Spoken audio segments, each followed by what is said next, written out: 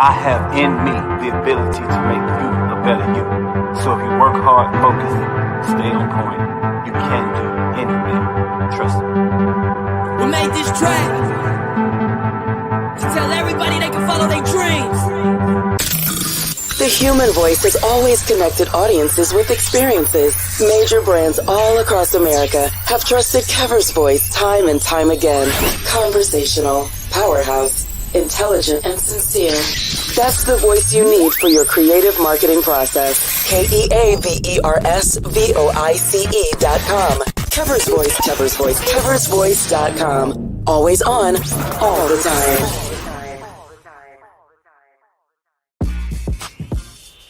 When we invest in ourselves, our glow, our vision, our vibe, we all shine. Together, we are Black beyond measure. Remember the revival? Relive the remix. Reunite for the Orange Blossom Classic. HBCU Reunion Experience. It's year 3, baby, and we back with that fire. Calling all HBCU fans. Labor Day weekend. The I Love Jackson State University takes on the venomous Florida A&M University. Tickets are on sale now. Watch the game in premium style seating or watch it from a luxury suite. And of course, you know the halftime show is going to be epic right here in the 305. The sonic boom of the South and the illustrious Marching 100. Who you rocking with? The 2023 Orange Blossom Classic. Don't miss the HBCU Reunion Experience. Labor Day weekend, Miami Gardens, Florida, Hard Rock Stadium. Trust me, we'll see you there. Oh. Check out OrangeBlossomClassic.com for tickets and info.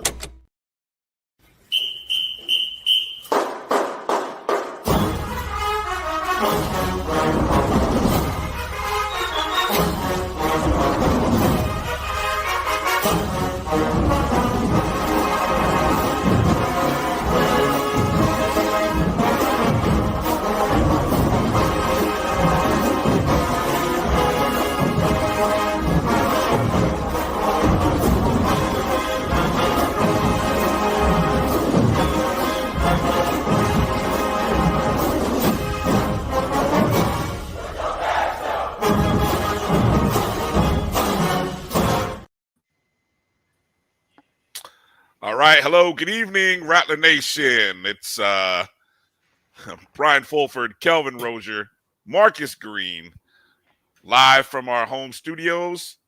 Fingers crossed that our internet connections allow us to prosper tonight, and we got a good show planned for you. So I'm already already acting up. My internet's already acting up. Go ahead, be honest.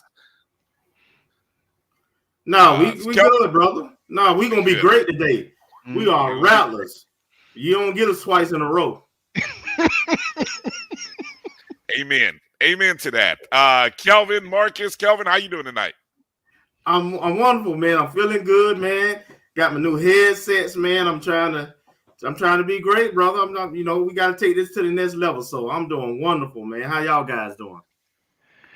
Whew, I'm doing good. Doing great this week. Just looking forward to a great show. Looking forward to seeing you guys again. Been a good week for you, Marcus. How's the weather up in the Northeast? Well, it got rainy today. I mean, it dropped probably 20 degrees from yesterday. But, we need the rain. We were drying out a little bit. But other than that, it's been pretty good. Father's Day was good. So that was a blessing. Yeah, definitely. Happy Father's Day to both of you, Kelvin and Marcus. I hope your families, your childrens, and the wifeys took care of you.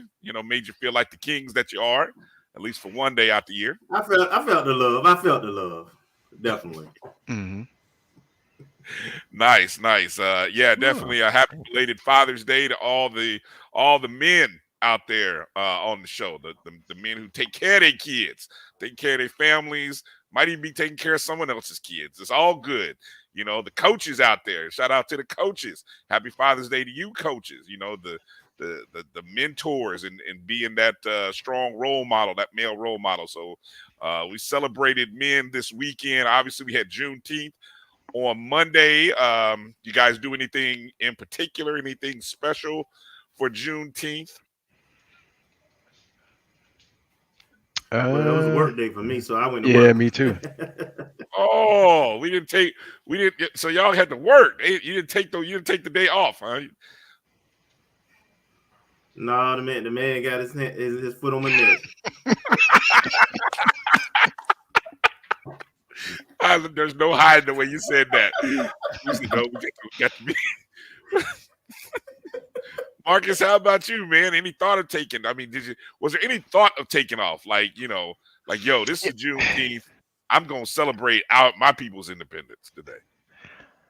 Yeah, I was thinking about it. My wife was off, so I was like, "Oh." She's like, "You don't get off?" It's like, "Nah." That first year it was a hot company holiday, but after that, they were like, "Mm." So I was like, "Okay." Yeah, I understand. I understand. It is the first day of summer, and unfortunately, where I'm broadcasting from in the ATL, I have not seen the sun at all. The longest day of sun has been filled with clouds. So I don't know. I don't know. Marcus, you just talked about bad conditions. Kelvin, I know you guys were just dealing with some stuff in Tallahassee. I mean, has it broke? Or did you see any sun? Is the sun still out? No, we still in the midst of it, man. We've had tornadoes and thunderstorms and so forth, but it should be clearing out tonight and be better tomorrow. Okay. Well, shout out to any of our folks out there. Hopefully if you're in an area where you haven't been affected by, I've seen everything from in the Southeast, from heat to tornadoes to rain. It's to keep hunker down, I guess, and somewhere there's some sun. And if you're in somewhere where there's some sun, hallelujah, as you get to enjoy that. Before we give a shout out to some of the people listening, let me go through the rundown because we got a good show and we're going to get going with our first guest coming up real soon. But I want to thank everybody for jumping in and joining us on Facebook and YouTube. YouTube, of course, is the Jericho Broadcast Network's YouTube page. My JBN, Jericho Broadcast Networks, is the parent company of the Black College Sports Network, which we are a part of. So lots of great shows that you can see on the Jericho Broadcast Network. So make sure you're subscribed. Hit the thumbs up for our show, but more importantly, subscribe, hit the bell, and then go back and check out some of the other shows. I mean, there's some non-sport shows as well, including my good friend John at Grumpy Old Nerds, that's broadcasting about similar time as us on the network. And so, if you are a comic book fan, you can jump over and catch them, and also Random Thoughts with DVP. Great show, great insight, for the intellectuals, the folks who, you want something to think about, something non-sports related. I know there's a lot of great topics that Darren gets into on that show. And more to come as the Jericho Broadcast Networks and the Black College Networks continue to grow. You can also download the app. We do have the JBN app. Just go to Google Play or the Apple App Store. Just search My JBN, My BCS. You see it there in the top right corner if you're watching the YouTube feed or Facebook feed. You could actually be listening to a replay on the BCSN Pod Zone, which you can always find all of the shows in podcast form on Google, Apple Podcasts, Amazon Music, Spotify, iHeartRadio, all of those places that you download and listen to podcasts. That's where you can find the BCSN Pod Zone. So we appreciate you supporting all of our efforts and all of our content wherever you do. Let's go through some shout outs. Let's make sure we shout out the fam. And there he is, first in, Kenneth Rozier, first one to jump in. We say, hey, what's up to you? Also got to give a shout out to Tamara T jumping in there. You got beat this time, Tamara T, but she sent an email in, so maybe that kind of qualifies. You guys got that email. Check your email, by the way. Yeah, we got it. All right. Stars, good evening to you, brother. Melissa Wilson, evening. Duh. All right, that's what I was waiting on. I was leaving a pause there. Chuck Hunt, always checking in from Monroe, Louisiana. What's going on, Chuck? Good to see you, Chuck. Mary 305. Good to see you, Mary. Thank you for jumping in. Meredith jumps in. Kenneth Bull, we are 74 days away from the OBC. 74 days away. Interesting article from Craig Haley over at Athlon Sports. What was the headline of that article, Kelvin? It had to do with about the what was it? Something about the worry meter. Yeah, the worry meter. The worry meter. So he went through a list of some of the opening games in the FCS and the level of worry from, I don't know if that was from a fan. I think that's probably from a fan perspective, right? I'm imagining so. Yeah, and at the bottom of that list was one of the two games mentioned was the FAMU Jackson State game, and he had it at the highest level for FAMU at a 5. I don't know.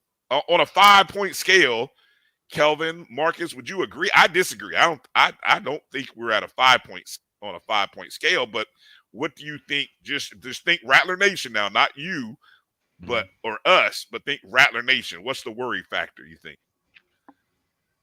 I mean, what does the worry factor mean? I didn't really get what he was aiming for with that one, to be honest. I think he was aiming for the fact that, you know, the last 2 years, the game has decided the conference. We've lost that game the last 2 years, and it's the only loss in conference the last 2 years. And, you know, so, you know, you take that into account. Our fan base, we used to, you know, playing these type games. So we don't worry. Every year we going undefeated. That's our mindset. So, you know, Rattler Nation's not worried about the game. They want to win the game, of course, but they're not worried about it. Okay. I can kind of see where Craig is coming from in terms of like worry, because he was talking about the first game of the season. So he kind of lumped us in with, who was it, Yale or somebody in the Ivy League that lost their opening game, because it was talking about the first game. And actually further up in the article, it mentioned Jackson State. It mentioned the same game. It mentioned their season. So it was mentioned twice, but from a Jackson State perspective earlier in the article, and then from our perspective. I would say from a worry standpoint, no. From a we want to win and get this thing back on the right track, I would say I guess the scale was 1 to 5. It might be a 5 because we're not liking losing. We're definitely not liking losing like we did last year. We're definitely not liking the trend that's happened the last 4 times we played them. I got so you. From that standpoint, from a dislike standpoint, if it's like we're trying to want to win this game and probably expect to win this game, it might be a 5. But in terms of worry, worry might be the wrong word to use for our game. Well, as much trash as those jokers talk, man. Yeah, absolutely. You got a point there. Just to shut them the hell up. Hey. Yeah, I said it. You recall the dancing and the exuberation. This is too early. I want to ask this question, but I'm gonna hold it. I just want you to hold on. Put in the back of your mind what it felt like after 9 losses to Bethune. And then later in the show, I'm gonna come back and you think I want you to. You can probably guess where I'm gonna go, but I just want you to keep that thought. How you felt after 9 years of losing to Bethune at the Florida Classic, and we curb stomped them. I just want you to keep that thought when I ask the question a little bit later.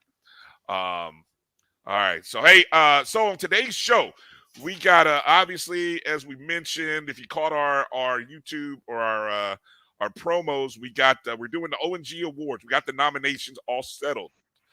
Kelvin did a great job putting the list together, by the way. So shout out to Mr. Rozier over there for doing that.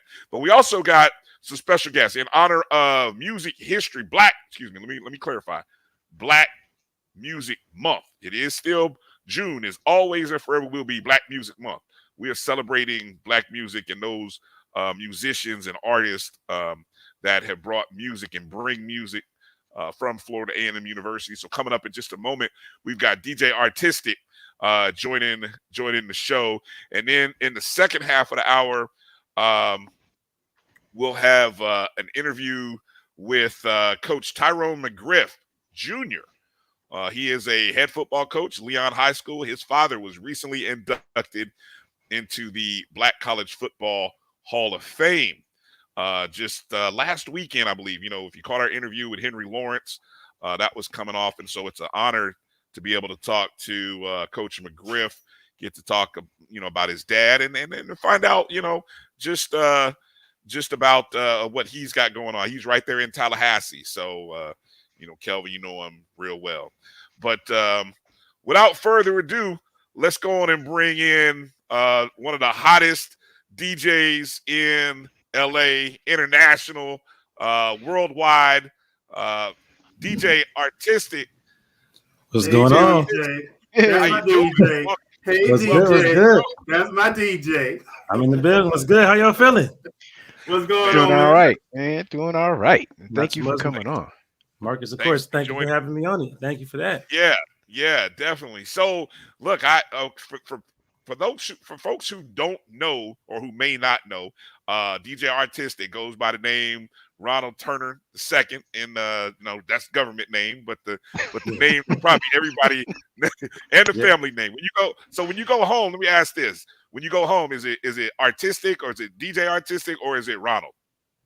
When you're around It's actually the family name is Ronnie because my dad, of course, is Ronald, and he's FAMU alum just like the rest of my family. But it's where, for the most part, I'm just like it's still Ronnie. So it's funny when like my cousins who are my age go to my clubs and they'll tell their friends, "Oh yeah, Ronnie's DJing," and they're like, "Who is Ronnie?" And she's like, "Oh, R-Tistic." So it's like she has to remember I have like multiple names out here.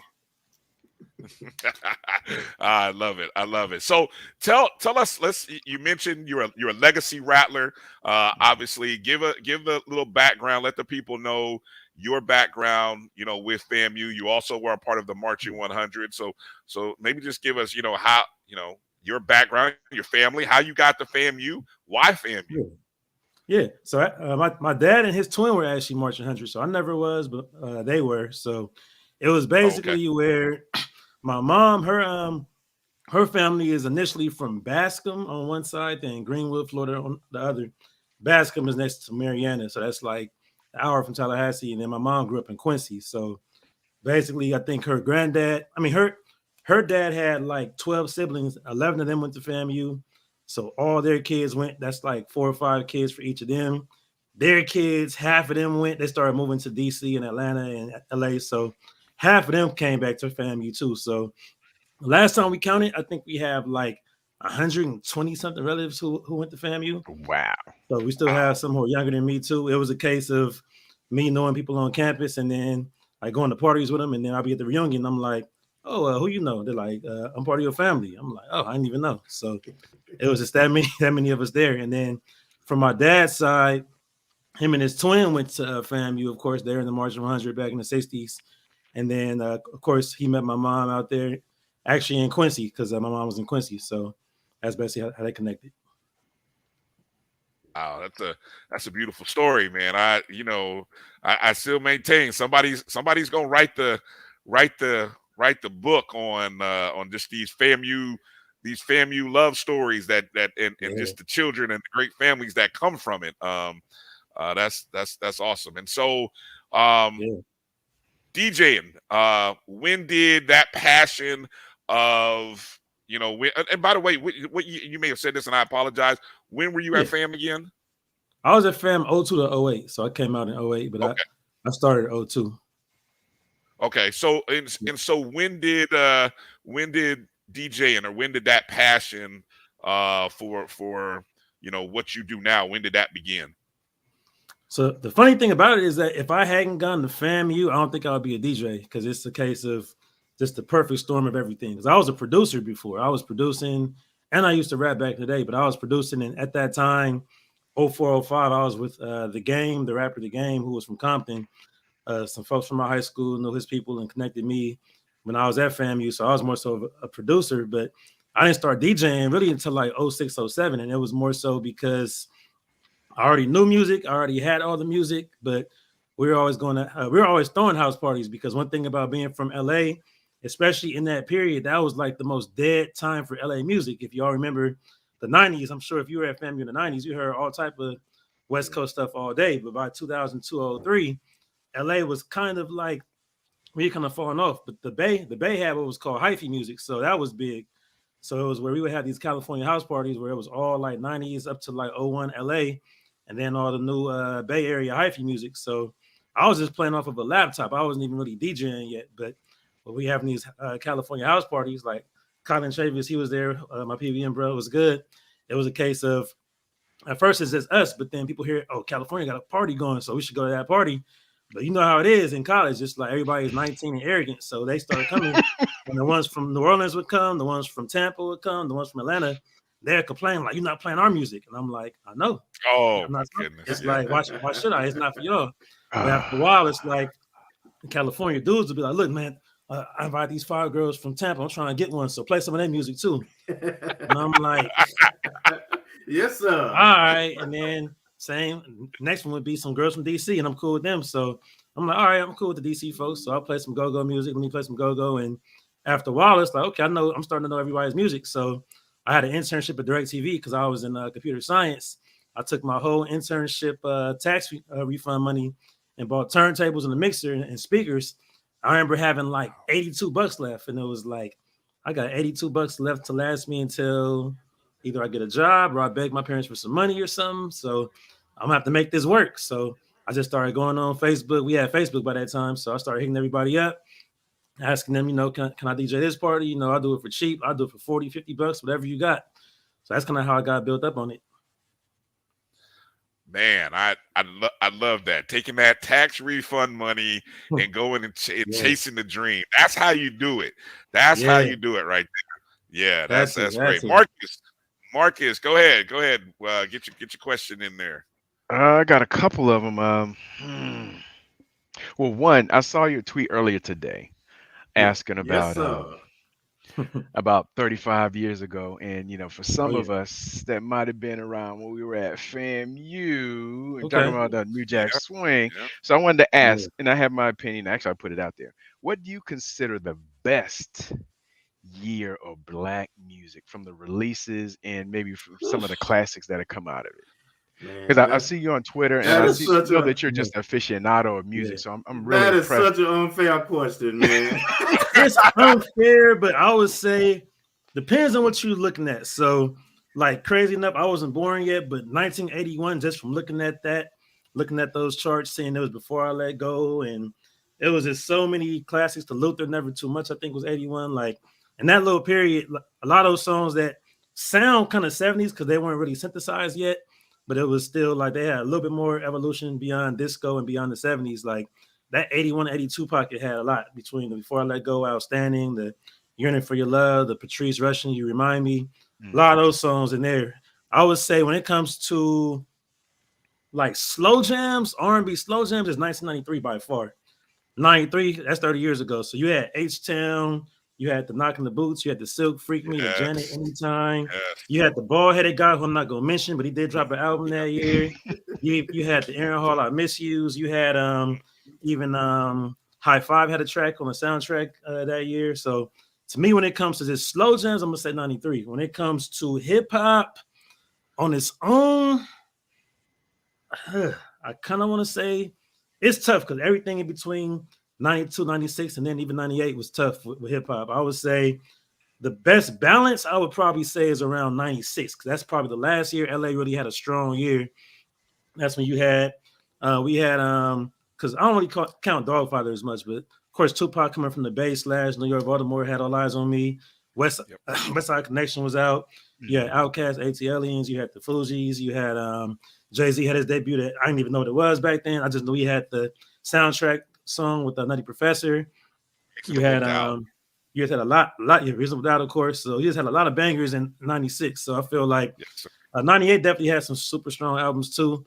I feel like overall, 95 had a lot of great singles for everything. 95 was just the year when you had just everything, those hip hop and R&B blends. You had the Fantasy, Mariah, ODB. You had the Total, Can't You See with Biggie. You had like the Feel Me Flow, Naughty by Nature. You had Big Papa was released in 94, but the single was 95. So to me, those are just the peak years from that era. I would say on a straight club party high energy tip, I might say 07. That's somewhat of a bias because I was in college then, but as far as when you go to clubs now, you still hear stuff from 07.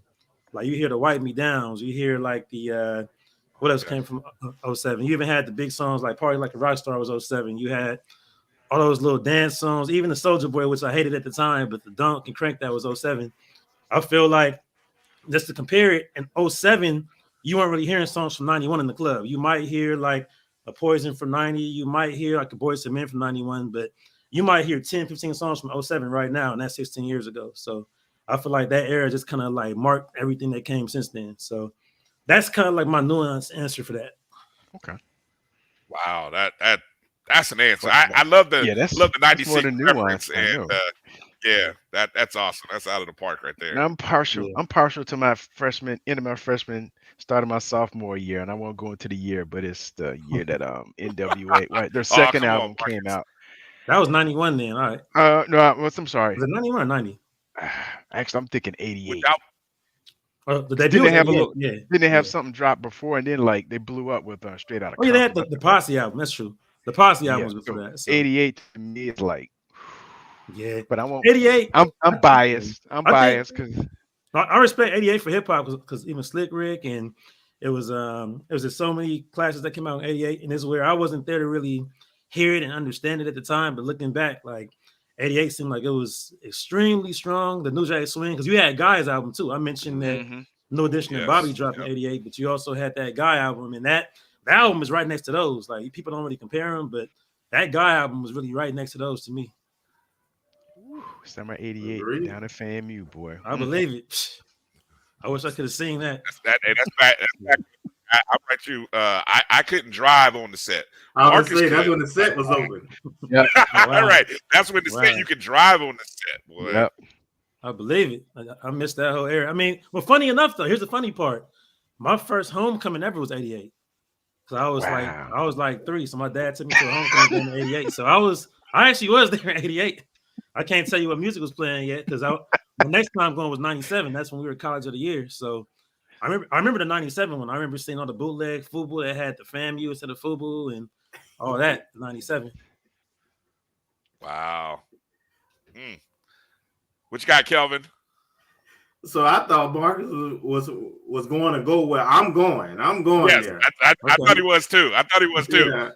Yeah. I saw you had a Juneteenth party or something, and Janelle Monáe, who I'm a fan of, was there. Yeah. I kind of want to know your journey from FAMU to what you do now, right? Because I know you do a lot of stuff, and you know, not just clubs. You know, I know you do some other things in terms of acts and throw parties and so forth. So just kind of talk about how you got to where you are now, your journey. So basically, it was a case of I had a lot of connects being from LA and moving back to LA.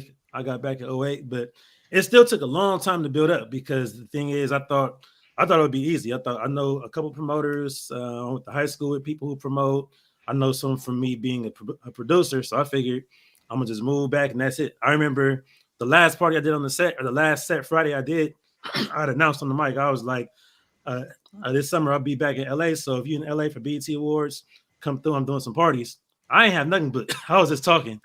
I was just trying to speak something into existence because I didn't know. I just assumed I'm gonna go back to LA and just be doing some BET stuff. But I got back.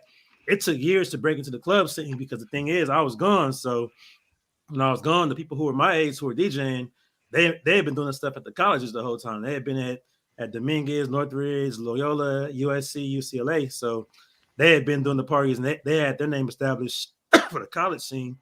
And for the Hollywood side, which was different, people had already been in there. And also it was about them being connected. The DJs who were doing Hollywood stuff had been doing stuff forever. They had the celebrity connects. And like, I just was not plugged like that. So it took years to really build up. But funny enough, I said it to somebody this weekend, like me being from FAMU helped me more than being from LA in LA. And that's because like being from LA is probably different from anywhere else because it's really like it's LA, which is like the Compton, Inglewood, Gardena, Hawthorne, Long Beach, like South Central, East Side, just where everybody black is at. Then you have Hollywood, you have downtown. And when it comes to those crowds and everything involving that, it's a separation. So it's a lot of DJs who can get big with the LA native local crowd, but for them to cross over in Hollywood is difficult because it's almost like it's hard to do both. Like, because I had the perfect combination of being from FAMU, I was able to kind of walk on both sides because I had the LA native crowd, I had the ones who were from the city, but then being from FAMU, I realized that nobody was really serving the HBCU transplants who had moved here from Hampton, Howard, Tuskegee, and Spelman, Morehouse, all that. So I was able to kind of build my crowd off the HBCU side more than LA. So after years of just kind of like merging both crowds and just going at it, everything kind of came together. But it took a while, but it really was for me being from FAMU. Like even my first club gig, I went to a FAMU like mixer the first week after I graduated. And one of them, Rob Mitchell, who's the homie, he said, yeah, we're going to an Omega party tonight. I went there, met a DJ, and then he gave me my first spot. DJ Damu gave me my first spot in Beverly Hills. So even with that, if I hadn't been at a FAMU event, I wouldn't have had that. So it's crazy how it really helped that much, even though I was going for college. Like it probably hindered me a little bit early on, but it helped a whole lot in the long run. Nice. Yes, sir. Nice. It seems like, and feel free to correct me if I'm wrong, but it feels like the West Coast or LA alumni chapter or just the scene of FAMU Rattlers in LA has grown, or at least maybe it's grown in exposure. Give us a sense of what the vibe is like of the HBCU or even just the FAMU culture in LA, because I mean, being so far away from the South, and you don't get that. You get classics in the region, all up and down the East Coast and the South, but out West, it's a whole different, in terms of that HBCU event culture. So let people know what it's like right now on the West Coast. Because the thing about it is that it's so many HBCU graduates and FAMU, especially because it's LA. So it's like for entertainment, everybody who comes here, I would say 80% are probably for entertainment, because at this point it costs too much to live here just to be professional. Like you can be professional and have the same job in Atlanta or Charlotte or DC. Even DC is expensive, but even there is better jobs. It's more like corporate and government jobs. LA, most folks will come here for entertainment, but if you think about how many HBCU alums who are based in LA, from the Taraji P. Henson types to the even Common is kind of back and forth. Like he's from FAMU, of course. So the thing about it for us is that we had a lot of alums who, it goes both ways. A lot of us leave LA to go to FAMU initially because, as you said, there's no HBCUs on the West Coast. And a lot of us wanted to leave LA for that, because to me, the colleges in LA just don't have culture the same way. It's like, y'all all know SC and UCLA for sports, but that's about it. So if you're a black guy at USC or UCLA and you don't play sports, you're just a random. It's like, and then you go to class and 300 people and only 5 are black. So a lot of us went to FAMU initially, and even more of us went to Howard, Morehouse, Spelman, because of like a lot of their parents went there, and their alumni bases are even bigger than ours, Tuskegee as well. But a lot of us do come out here because it's LA. So it's like the weather, the opportunities, and with that, we have a lot of events. So when I first got back, I was throwing a beach party probably 08, 09, 2010. And it was me and some folks from Hampton. I saw they were doing it. And it ended up working long term that back in 05, when Facebook came out, I created a group called the HBCU California Connection. And with that, it was initially for people who were from LA or from the West Coast period, from California up to even Seattle and Vegas, who went to school at HBCUs. So we could all connect on there. Like, all right, we're going to your homecoming, this and that. But then by 08, 09, it kind of worked the opposite way. Everybody who went to a HBCU who lived in California was on there. So I used that group to kind of get everybody to these events. And from there, we started having more and more parties out here. They brought Grits and Biscuits. That was Maurice Slade, who went to FAMU. That's really like the biggest traveling party, really historically. That's the initial like traveling black party that everybody else has really modeled their parties after. And he's from FAMU. So he started bringing that to LA like 10 years ago. And with that, we have all type of stuff. They're having a Hollywood homecoming in about 2 weeks. We've had all type of beach parties. We've had all type of like picnics.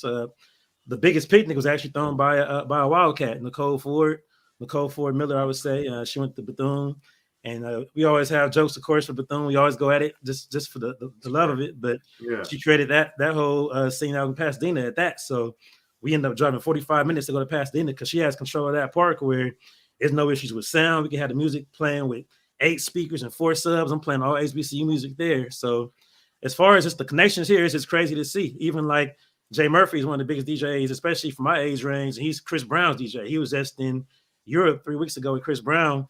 Now he's out here doing some stuff, some more Howard events. Me and him did a party on Sunday in LA. So it's just a real strong base out here, I would say, for all the schools, but especially for FAM. We had a Be Out Day too.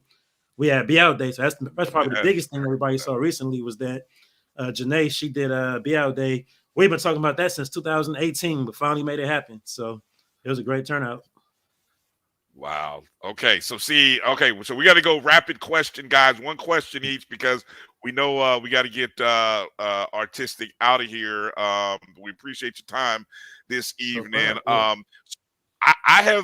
had this thought. My question is, do you think that an HBCU Classic can happen and survive and be one of those things that becomes a destination game in, say, I'm just going to throw the Rose Bowl. FAMU Grambling in the Rose Bowl. What might that look like? FAMU Howard in the Rose Bowl. I'm just throwing schools and names out there, but what's your thought on just the possibility of a Classic in LA? Funny enough, there was one in 2009. That might have been the first and last. I think it was Morehouse and Tuskegee, and it's a case of it just needs to be promoted better because those are some huge stadiums, and it's like it makes sense easily in Orlando, Miami, because Florida is right there and we're that deep. Even with FAMU being, even if it's 500 of us out here, even if it's 500, you go to these 90,000 stadium, that's a huge difference. So it's a case of like, it just needs promo. It's possible because the thing is, you got to bring everybody. It's a whole thing. You have to bring all the high schools for one.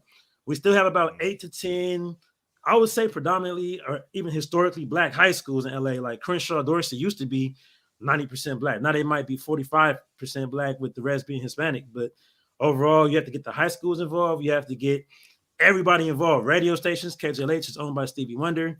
Get him involved. Then it has to be 2 schools with a big draw. FAMU has a big draw. Howard has a big draw. Grambling and Southern have draws as well. But I would say it'll just take a collaborative effort and even getting celebrities involved, having a halftime show, like whoever is popping, having Lotto, having somebody like that who's attainable. Like Beyonce, obviously, we can't get Beyonce for it, but get somebody who's attainable, who will still draw a crowd, and then have somebody just giving tickets out to high schools, to YMCAs, just to fill up that stadium. Because that was the issue with the one that was in 2009. It was a decent attendance, but they didn't make enough money to make it worth it, I guess. But I think it's definitely possible. Good point. Marcus, go ahead. I wanted to ask, I guess, do you get a chance with all your travels and your schedule? Do you get a chance to keep up with things at FAMU, and will you get a chance to catch up with Xavier Smith now that he's signed on for the Rams? Oh yeah, so that's a lovely thing. So I'm always keeping up with sports and all that because, of course, my dad was there in the 60s. He tells the story every other week that they only lost 3 games the whole time he was there in that Jake Gaither era, and he's always talking about Carlton Oates and all the everybody who was there at that time. So I'm always keeping up with that. So I saw Xavier's with the Rams. I'm pulling for him to make the actual squad. And if so, that's going to be dope as hell to see that. I'm hoping that if he makes it, we can have a FAMU night at the Rams game because my boy's a DJ for the Rams too. So I feel like we can make that happen and he'll be shouting us out and everything. So, yeah. Great. Well, thank you. Nice. Nice. Go ahead, Kelvin. I want to know professionally, what's your favorite event or artist you've worked with or done thus far? Yeah. And then what is it that you would like to do that you haven't yet done? I would say 2. I would say just my favorite celeb who I work with, who's not an artist, but my favorite celeb is, of course, Issa Rae. Like everything I do for her, from her premieres to her wedding and birthdays, like it's always a good time. And she went to Stanford, but she's a type who's very pro HBCU. Crazy enough, her costume design, somebody else on her fashion side is FAMU. She has who else is FAMU? She has even her publicist is Spelman. Like she has a lot of HBCU connects. So I would say she's definitely one of my favorites.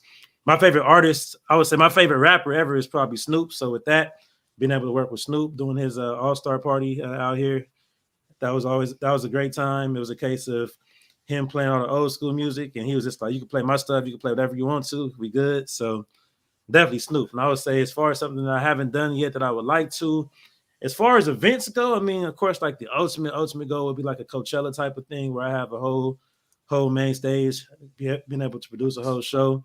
As far as an artist, I DJ Club Renaissance, and Beyonce was not there. Somebody did say her and Jay-Z popped up and just didn't say anything. I don't know if it's true or not, but if I could do something actually for her and Jay, where it was like actually their event, that would probably be like the peak, I would say. Wow, that's awesome, man. Hey, well, we appreciate your time. Let people know, Yeah. obviously, outside of the website and the social media follows on Twitter and Instagram. Go ahead. I'm going to give the floor to you. Whatever you want to plug, whatever you want to let Rattler Nation know about, please take the time to do it. For sure. Yep, all my info is right there. So I'll be at homecoming for sure. I actually need to call Rashad back to see about this Be Out Day Atlanta. I plan to be out there coming up in August. I'll be at Essence Fest next weekend, so I'm doing a party Friday night. Okay, oh yeah, come through. Friday I'm doing a party at Ace Hotel.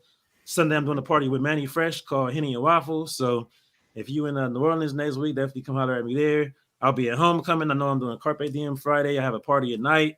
I'm probably doing some things Saturday as well. So a lot of stuff coming up for homecoming. But yeah, follow me, Instagram, Twitter, DJ R-Tistic. I also stream on Twitch. I'll probably be launching a throwback hip hop and an R&B show soon on Twitch. I have a West Side Wednesday show I'm about to do in a few minutes every single Wednesday, all West Coast music. So that's what it is. I appreciate y'all for having me on here. No, thank you, my brother. Thank you. Yeah, for sure. Thank you for your time. God bless everything you're doing, and we're gonna keep trying to push it out. And I got one last question. What's the one song that you throw on, like when you need to get it just ridiculously crunk, just get the crowd crazy? What's the song that you might throw on? What are you putting on the tables to just get everybody going? It's probably the most universal and cross-generational is probably still Juvenile. Back that thing up. I think that's just the one that's just, no matter what the crowd is, no matter how old, it don't matter where they're from. I think that's just the one that always works. It's starting. It's starting to be No Hands, though. No Hands is creeping up on it. The Wale and Waka No Hands is coming up because it's 13 years old. And even the kids know that one. So it's probably song number 2 after that right now. Right. Wow, that's awesome. That's awesome. Well, hey, we appreciate your time. Everybody in Rattler Nation, make sure you shout out DJ R-Tistic. Make sure you're following him on all the social media angles. And then when you head out to the parties, make sure you throw at them fangs and let them know, get that FAMU shout out when you see him out there. All right. You represent. Yes, sir. Appreciate you having me in. And he big ups FAMU every time. Yeah, exactly. That's the way. That's the way. Thanks for joining us tonight. Thank you. Of course. So I appreciate you having me. All right. Ladies and gentlemen, DJ R-Tistic. Let's take a short break, come back with some more talk. You're watching the O&G StrikeZone right here on the Black College Sports Network. We're going to take a short break. Be back in just a moment. If you think all pads are exactly the same, think again. This is Always Ultra Thins reinvented with the Always Triple Protection System. This pad wicks gushes 90% faster, absorbs even more so you can feel dry, and locks odors in. Rethink your pad for up to 100% leak-free and odor-free comfort with the totally reinvented Always Ultra Thins. This is always like never before. The Cuvée Group is a Florida-based marketing and training consulting firm. We help businesses communicate to their target audience and engage them in conversation. We also help to expand their audiences, which will ultimately result in growth for those organizations. In addition to being a certified constant contact specialist, my colleagues and I are also certified in John Maxwell Leadership Principles. We use these proven principles to conduct workshops, training, and private coaching sessions for individuals and companies looking to take things to the next level. Contact us to schedule a free consultation. Issues today, don't delay, call Cuvée.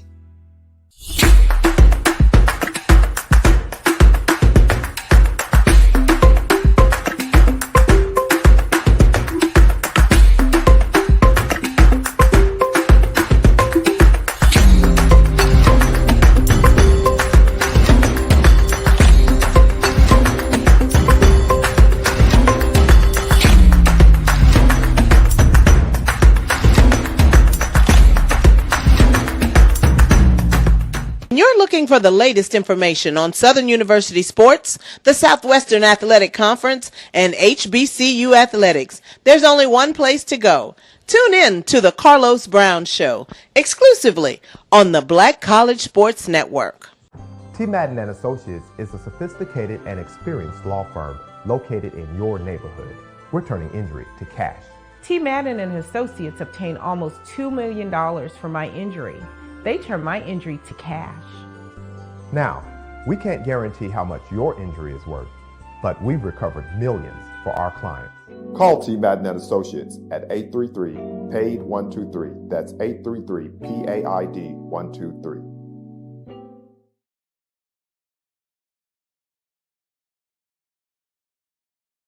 Stride K-12 powered schools are ready to put over 20 years of being a leader in online education to work for you. Dive into curriculum design for the online classroom. Team up with state-certified teachers trained in virtual instruction. Take control of your child's education journey. Discover the power of personalized learning with a leader experienced in preparing kids for a future they can be excited about. Take charge. Stride K-12. Enroll now for the fall.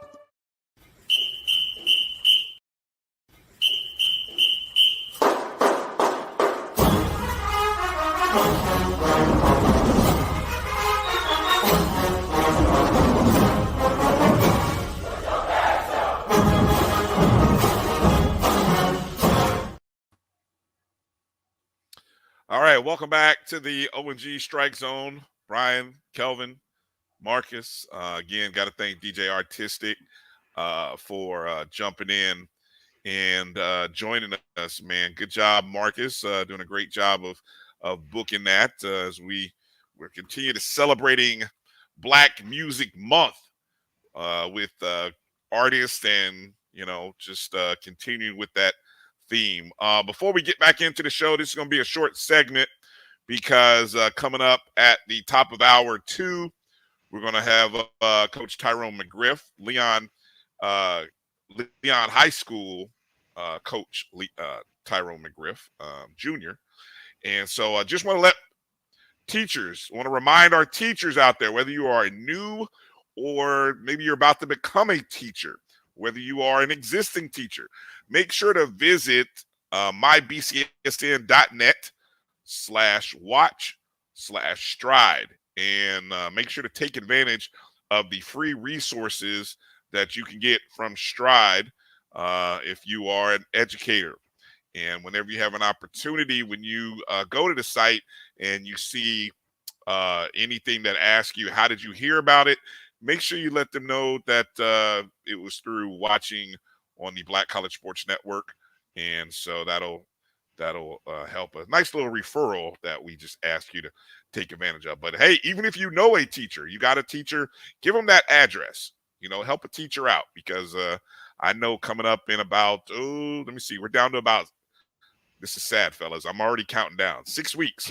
I got 6 weeks left of summer. I got to go back to work. So, 6 weeks. So, yeah, be back on the grind. But anyway,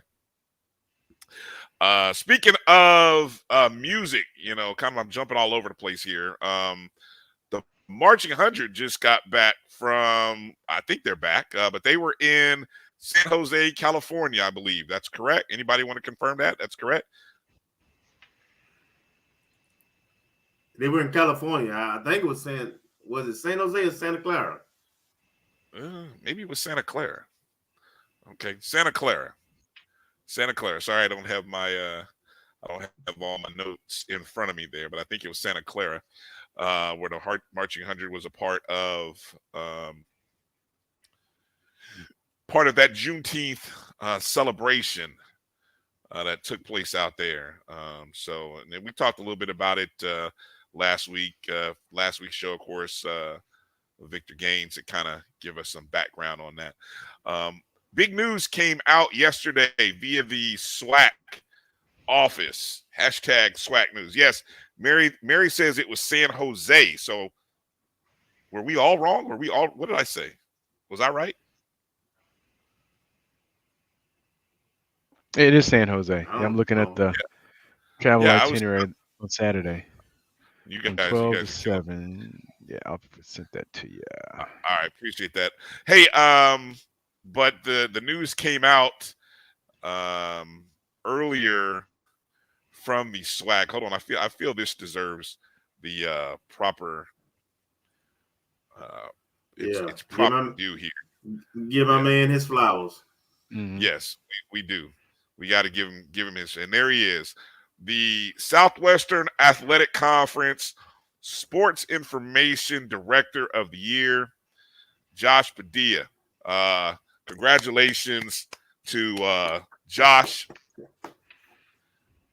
We know the we see the work that Josh and his team, and like I said, I've had the pleasure of working for him in some capacity, and trying to work with him, and it's always a pleasure, man. It is great, and he does so many great things, and I'm excited to see VP Sykes even acknowledge it. I think even before the announcement of the award, but congratulations, man. It means, and there's a lot of good SIDs that are doing some great work within the conference. So for that award, and I believe this is his third year at FAMU, because I met him at these. I think when he was just starting when I met him in 2021.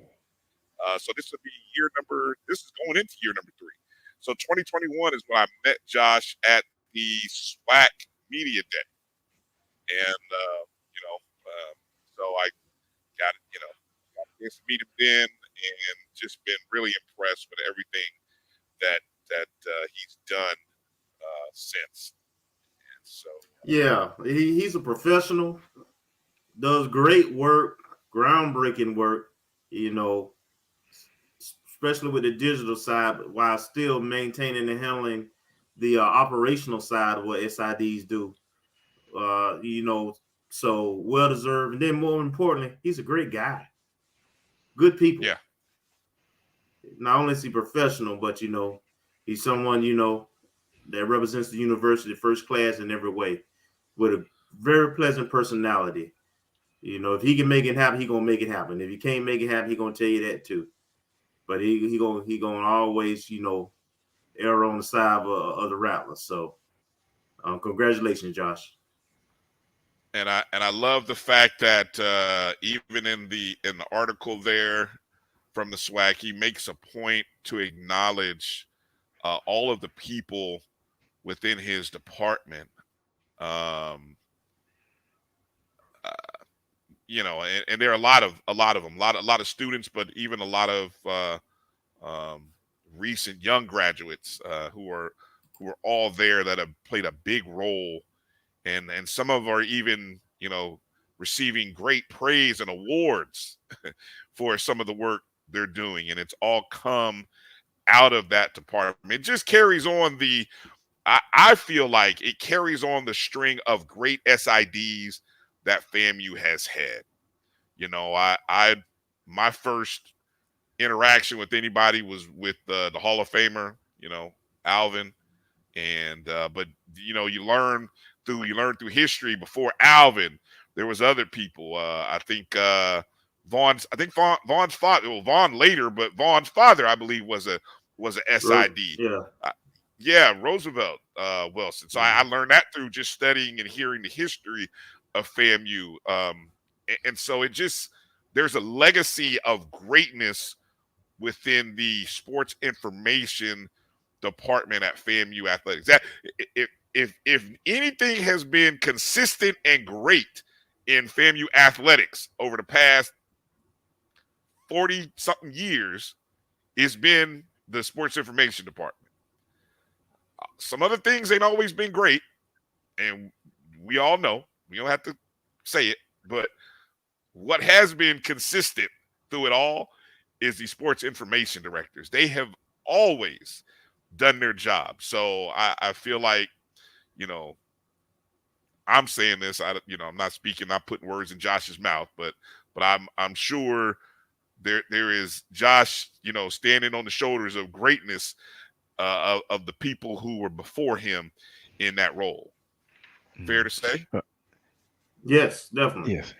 And I want to bounce a question off you guys. I've not had the opportunity to meet Josh, unfortunately, but having an at VPAD who has SID experience, do you expect that to be able to?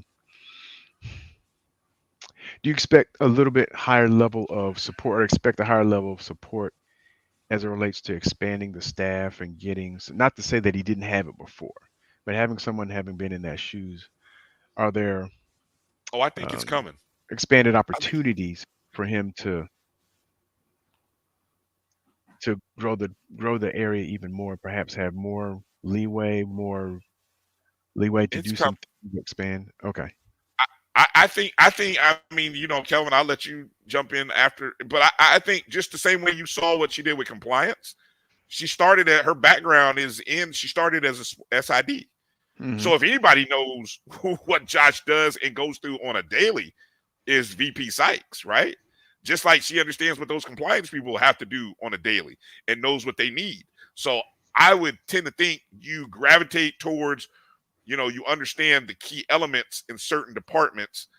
And, I think, I hope that will help down the line. Your thoughts, Okay. Kelvin? I totally agree. People tend to gravitate to what they're familiar with. The other thing I think that would benefit the department, and Josh particularly, but just FAMU in the athletic department, honestly, is the youth of both. I think that they'll embrace technology, and you see it with Josh already, but they embrace technology, social media, the revamping of the website with different, fresh ideas, younger ideas. So I think all of that makes the content that they produce more relevant and is a better representation for the student athletes and the department. So I like that also. All right. Moving on. A little news and notes here before we hit the break. Did you see that Calvin Ashley was just recently named a USFL All-Pro as a center, or offensive lineman for the New Jersey Generals. So those of you who aren't familiar, the USFL, one of the two spring football leagues, I believe is just going into the playoffs this upcoming weekend. And so the regular season just ended. They played a 10-week regular season. And he is in I believe his second year with the Generals. This is the second year of the USFL 3.0. Or is it 4.0? I got to recall. I'm trying to remember here. But anyway, congrats to Calvin on doing that. Did we see any other Rattlers playing in the USFL other than Calvin? I hate that I didn't do enough research to ask that or know that beforehand, but I'm just throwing it out there to you guys if you did or were aware. No one stands out right now, but I did get to watch a couple of the New Jersey General games and Calvin, and he was very consistent. Their offense was kind of run centered, and he was a driving force behind that. They were, pretty good at run, and I like the consistency he's shown. Of course, he has the size and the pedigree, I think, to actually make it in at the next level. I thought from all accounts, he was doing pretty decent when he was at Bucks camp until, he kind of went away from that. But it seems like everything is going well for him. He's in a good space emotionally and everything. And I'm rooting for him, man. If anybody deserves a shot at the next level, he does. And he's taking a non-traditional way, but he's doing a good job with it. He's taking advantage of the opportunity he has. So kudos to him. Yeah. Those opportunities, we've seen already guys from the XFL start to get invites to camps. Of course, their season ended in early May. So those guys got early opportunities, but I definitely believe as you get closer to fall camp, once you get through this first ring of mini camps, that they're going to be guys, they're going to be opportunities for guys at the USFL level. I think I saw BJ Bowler was a part of the XFL HBCU camp that was taking place this past weekend, I think. And I saw some reports where he ran, I don't know if it was official or unofficial, 4.3540. I thought I saw that. I thought I saw that as well. 4.3 something. Wow. Yeah, that's blazing. I know. Somebody's gonna give him a shot. It's coming. It's coming. You know, I believe it's coming. Also, another headline that was recently, and I admittedly stirred the pot on this one. So, the Southwestern Athletic Conference announced its 2022-23 SWAC Commissioners Honor Roll members. And FAMU had 151 student athletes on the list. To be a part of the SWAC Commissioners Honor Roll, student athletes have to have a cumulative GPA of 3.0 or higher during the fall 2022 and spring 2023 semesters. 151. What percentage of student athletes do you think that is, guys? That's over 50%. I want to say we're around 300 student athletes, right? Total scholarship. So that's a buck of them. Yeah. Okay. Good job. Yeah. Good luck. Good job. I mean, there's a great list. Many of the people that we know that we've talked to on our show, friends of the show. I see I hear Janiyah Davis in here. Just scrolling through. I'm gonna start shouting out names and get in trouble for forgetting somebody. So I probably should stop. That was just the first name I came across.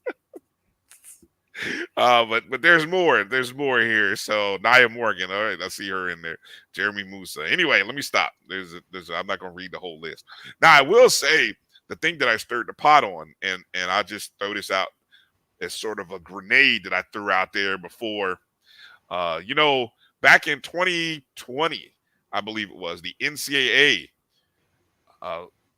allowed a provision for colleges to award, I guess what you might want to call bonuses, for lack of a better word, for student athletes who their university deemed reached a high academic level, which I'm going to presume would be a 3.0 or higher, right? So that amount was a maximum of just short of $5,300. Yeah, it's about $5,300, something like that per student. Right. And so there was the latest report as of 2022. There were only, and this was for Division I programs, right? So they allowed the actual programs to give money to the students. Say that's allowable. You can give them a blanket check for X amount of dollars, up to that number. Only 21, I think the number was either 21 or 22 schools had taken advantage of that. And all of them, of course, were Power Fives. Now, I did see a report that Alabama State had agreed to do something, although I haven't seen any follow-up articles, and I have not seen any actual number, because again, it's up to, meaning you don't have to give. You can, if you just gave us, imagine if you just gave these students, these 151 students, $2,000 to say, hey, congratulations, here's a bonus of $2,000. And I think my question was, how soon before FAMU is able to do something like this? Is this something that VP Sykes, is this something you would want to see VP Sykes do? We often hear her talk about improving the student athlete experience. is this something that would fall under that category? Thoughts, gentlemen, before we go to break? Go ahead, Marcus. I saw when this first came out, and I thought I think it's noble to do, and it does serve to meet, I guess, the mission of any academic institution. We would have to put some things in place in terms of revenue. This is just my thoughts, not knowing how the sausage is made, but some things in place that would help to make sure that we have the funds in order to do that. And she would have to create the infrastructure or enhance the infrastructure that exists such that we have a continual pool of money in order to make those awards and establishing the criteria upon which the money is bestowed. So I think it's a good idea, but we need to take it from the paper, basically take it from concept to something that we can do realistically on a consistent basis. Kelvin? It's the wave of the future. This is where people are going. So absolutely we need to have a plan for that. And that plan must include funding and endorsing. And I know at some point in a later segment, or even this week, we're going to talk about a report that came out that kind of talk about how the sausage is made in terms of revenues and expenses with the NCAA revenue and expense report that came out in the USA Today report. I'm really excited to get into that. But I think there's opportunity there, and we just got to plan for it and then execute it. I'm going to go even one step further. Imagine if FAMU if we had a collective, here's an NIL opportunity for these students, these 151s. Now, to be able to, if you had your collective, the way that I'm seeing these collectives work, right? This is an opportunity where a collective is possibly kicking out money for, even if it were $1,000 per. What's $1,000 times 151? What is that? Is that 151? 151,000. Mm-hmm. Yeah. So, I just was looking at a collective for a university on the West Coast, Pac-12, soon to be Big Ten school, that was having a luncheon, and it was like $10,000 a plate. And it was a luncheon that was going to be featuring like offensive linemen or something. I don't know. I was just looking at the flyer and I was like, huh? I was like, it's $10,000 a plate and I'm not even getting the quarterback or the running back. It's the offensive lineman. But hey, okay. That's a straight money grab, but that's the kind of stuff. That's what's happening out here with these collectives. I mean, you got to be careful though and watch it, because the NCAA and some of the Power 5 schools are pushing back hard and trying to go to the Senate and trying to get a national kind of playbook to get pushed through what they couldn't get pushed through the NCAA. And don't forget, they have a politician now who's the head of the NCAA, who's a former, I think, mayor or governor somewhere in Massachusetts. Yeah, I think so. Yes. So, and he's doing the whole playbook, and so the IRS came out with a statement that all those NIL collectives who had like the 501c or whatever. Yes. That they were, that those collectives didn't count in terms of being tax deductible. Oh. So now they're looking like they're gonna tax jokers for those collectives when it's just athletics involved. So it's tricky. It's still new. It's still inconsistent. So you got to watch the landscape and let all this play out and figure out what the rules are, because there really ain't no rules right now. Nobody, it's different, but different places. I felt even when this all started that people were worried about NIL. And I said, well, wait until the IRS decides to get involved, or wait until people have to start filing taxes on this money that you're getting.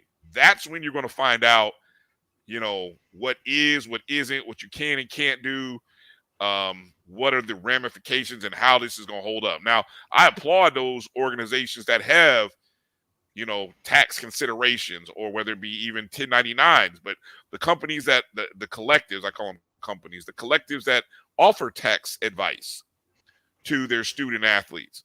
That's thinking forward. That's like, it's coming. You can't avoid. You can't even win over $600 at Vegas and not have to deal with the tax man. I mean, so if they'll tax you on gambling and winning money, then it's coming with the NIL. So yeah, I'm definitely not surprised at all to see that happen. So any other discussions, any other thoughts on that, guys, or can we go to a break and then try to see if we can't catch up with our guest, we can go right into the nominations for the O&G Awards. Any other thoughts or discussion on this? No, we'll pick it up later. All right, sounds good to me. Well, we're going to try to find our guest and see if we got Coach. We can get Coach McGriff on, and if not, we will end up with a starting early with the nominations and show you guys our thoughts on our nominations list for the O&G Awards. Make sure to stick in there, stay with us. We'll be back in just a moment. You're watching the O&G Strike Zone right here on the Black College Sports Network. Supermarket sushi, really? No. Wait, Troy, you work here? I'm never not working. Like Head & Shoulders Scalp Shield technology, up to 100% dandruff protection, even between washes. Never not working, huh? Oh, Troy, you're such a good teacher. Yeah, I know. Never not working. Never not working. Never, ever not working. Are you serious? Never not working. Dandruff protection that's never not working. Head & Shoulders Scalp Shield technology. The human voice has always connected audiences with experiences. Major brands all across America have trusted Kever's voice time and time again. Conversational, powerhouse, intelligent, and sincere. That's the voice you need for your creative marketing process. KEAVERSVOICE.com. Kever's Voice, Kever's Voice, KeversVoice.com. Always on, all the time.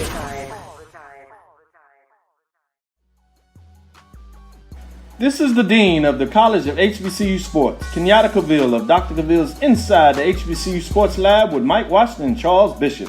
Come mix it up in the lab where the course lecture is in session every Tuesday from 6 o'clock p.m. Central Standard Time on Facebook Live, YouTube Spreaker, or the BCSN app, as we discuss all things about the HBCU sports culture, including exploring the week that was in the sporting HBCU diaspora, as well as the upcoming week of HBCU sports. With me, the Dean, the College of HBCU Sports, on Dr. Cavill's Inside the HBCU Sports Lab with Mike Washington and Charles Bishop. Course lecture dismissed. At Hampton Law, our primary goal is to provide non-traditional yet effective solutions and redefine the approach to client legal concerns. As your trusted legal advisor, we believe in sophisticated, personalized services that eliminate the confusion and complexity sometimes associated with legal matters. Our high standard for client care and concern, coupled with our extensive legal knowledge and skills, make Hampton Law a resource focused on the protection of the client's interest and overall goals. We value our clients and truly enjoy working with them. Visit thamptonlaw.com to conveniently schedule an appointment online. Tamika Hampton Esquire, 1631 Rock Springs Road, Suite 336, Apopka, Florida, 407-494-1471. thamptonlaw.com. Majesty is a premium health and wellness tea line focused on bringing delicious yet healthy tea blends to the community. Filled with an abundance of vitamins and antioxidants, we work to blend teas with exotic spices and fruits to produce scrumptious and wholesome beverages. So check us out at mymajesties.com. That's MyMajesties.com. My Majesties, an Urban Passport member.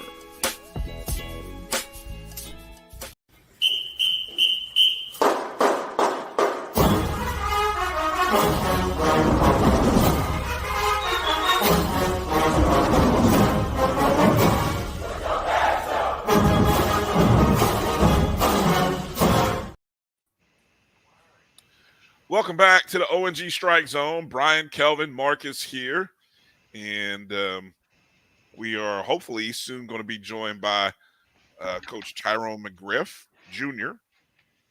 Hopefully we get a chance to chat with him. But let's see, anything new in the chat? Yeah, Kylan Chavis dropped a nugget to let us know Savion Williams is with the Pittsburgh Maulers in the USFL.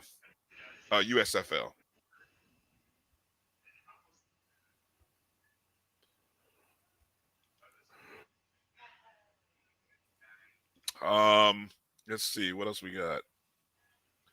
Got to give a shout out to Coach Moore. Charlie Moore jumped in. Good to see you in there, Coach. Dr. Darlene Moore. Oh, Doctor. Okay. Doctor Coach. Darlene Moore. That's right. More shout outs for Josh Padilla. Good to see you. Thanks for jumping in there, Scotty. Josh being one of the best in the business. So appreciate that. And those of you who, if you don't know already, you can find Josh personally. I'm giving out his Twitter handle. I'm sure you'll appreciate that. But it's already out there. I think it's at Westside Diddy, D-I-D-D-Y. That's where you can find him on social media, on Twitter specifically. I don't know about IG and all the other stuff, but I know you can reach him there. So let's get into the O&G Awards. So this is our own dedication to Florida A&M athletics, student athletes, coaches, teams, memorable experiences, support staff, assistant coaches, all of it. I think we've come up with some great categories here. So just to go through the categories, we have the female most memorable moment of the year, male most memorable moment of the year. We have female athlete of the year and male athlete of the year. We have the women's sport coach of the year. Again, let's clarify. That's the women's sport coach of the year. We have the men's sport coach of the year. We have the women's sport team of the year. Men's sports team of the year. We have our sports administrator of the year. We have our support staff of the year. We even went support staff on them. Love that. We have the assistant of the year for women's sports.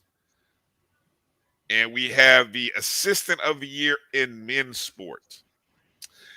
Now, the one thing we don't have on here, which I said we would talk about this and figure out how we would incorporate this. And I give a shout out to Tamra T for jumping in and giving us some ideas, because we can't have the O&G Awards and not have something dedicated to our friend, our brother, Kofi Hemingway. So trying to figure out which award title we can come up with. And here are some of her recommendations, okay? We have the Kofi Hemingway Sixth Man or Woman of the Year. The Kofi Hemingway Most Spirited Rattler Award. Kofi Hemingway Outstanding Athlete. The Kofi Hemingway Community Servant Award. And another idea, the Kofi Hemingway Award for Valor and Integrity. Any of those jump off the page for you guys?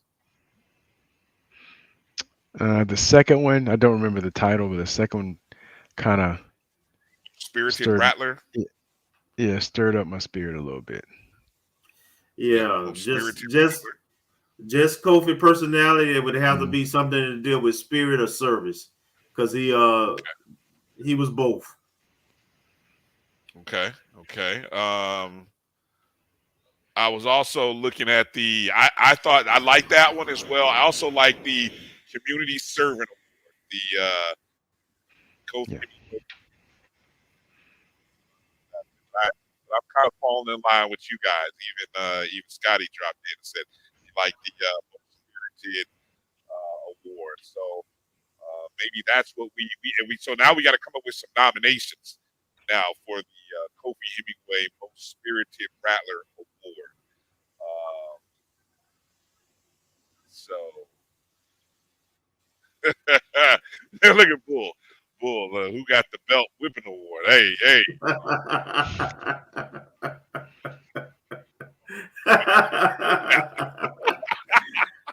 I do like that one, Bull. You right. You did that. You did that with that one. Yeah, you did that one right there, Bull. You did that one. Who gets the belt award? Exactly. Yes. Hey, we got to roll with that one. Oh man, we got to. Yeah, well, I think we know who might get it for that year. But anyway, 22-20. I just trying to figure out who's going to present it. Who's got the guts to go and present that one. But anyway, let's put we'll get the nominations together. So you guys in the chat rooms. So we need some nominations for the Most Spirited Rattler Award, and then who gets the belt? Who gets the belt award? Anyway, yeah. All right, let's start with. All right, I appreciate that. Bull said he's gonna work on that. We appreciate it, Bull. We appreciate the work. All right, and so what we're gonna do, we're gonna try to figure out. We lost Kelvin there. I'll bring him back here in just a second. We're gonna. I'm still working on a way to put this out. So we want to find out from you. Besides, we don't want this to be our vote. You guys watch our show. You're FAMU fans. You follow these, and you've been following along with us all year. We're going to put this out in a way in which you guys can help us vote. And then based on the votes, we'll award the winners. So this is our show's awards, and you guys who watch us and have been watching on a weekly basis and supporting us. This is as much your awards as it is ours. So let's start. Okay, here we go. We got Kelvin back. All right. Let's start with the category under female most memorable moment of the year. So again, unfortunate. So you guys hang in here. These are nominations. So if we leave a moment out, let us know in the chats. If we leave a moment out, let us. Well, hold on. Before we do that, because I think we're gonna have our coach coming in here in a second. So I'll just throw it out here. Nah, I'll save it. I'll wait till after the interview. I don't want to muddy it here in a second. So we'll just kind of hang tight for a moment. Let Coach log in here. And again, we're gonna be talking to Coach Tyrone McGriff, who is head coach at Leon High School and the son of Black College Football Hall of Famer Tyrone McGriff, who was just recently inducted into the Black College Football Hall of Fame. McGriff,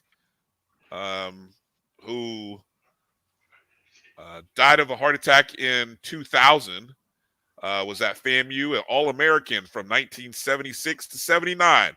Part of those great years in which that team won, let's see, a co-Black College National Championship, a outright Black College National Championship, probably two of them, because the third one would have been the year in which they actually were the Division I AA national champions. So I can't see how they weren't Black College National champions that year. But they also, the previous year, which was the 77 team, and then of course the 79 team was the team that defeated Miami in Tallahassee. Started off 5-0. The season, and they lost their quarterback. Yeah, okay, so that's what happened. All right, yeah. Lost their quarterback and didn't end the way it started, but they still knocked off Miami that season. That game against Miami, was that earlier in the season? Yeah, it was like game number 4 or 5. Okay. All right. So, and then of course, I came across some good articles, previous articles that were written about McGriff. One nice article from the, and I want to make sure I give them their proper credit. Is the, what was it, the Miami Community Newspapers from South Florida.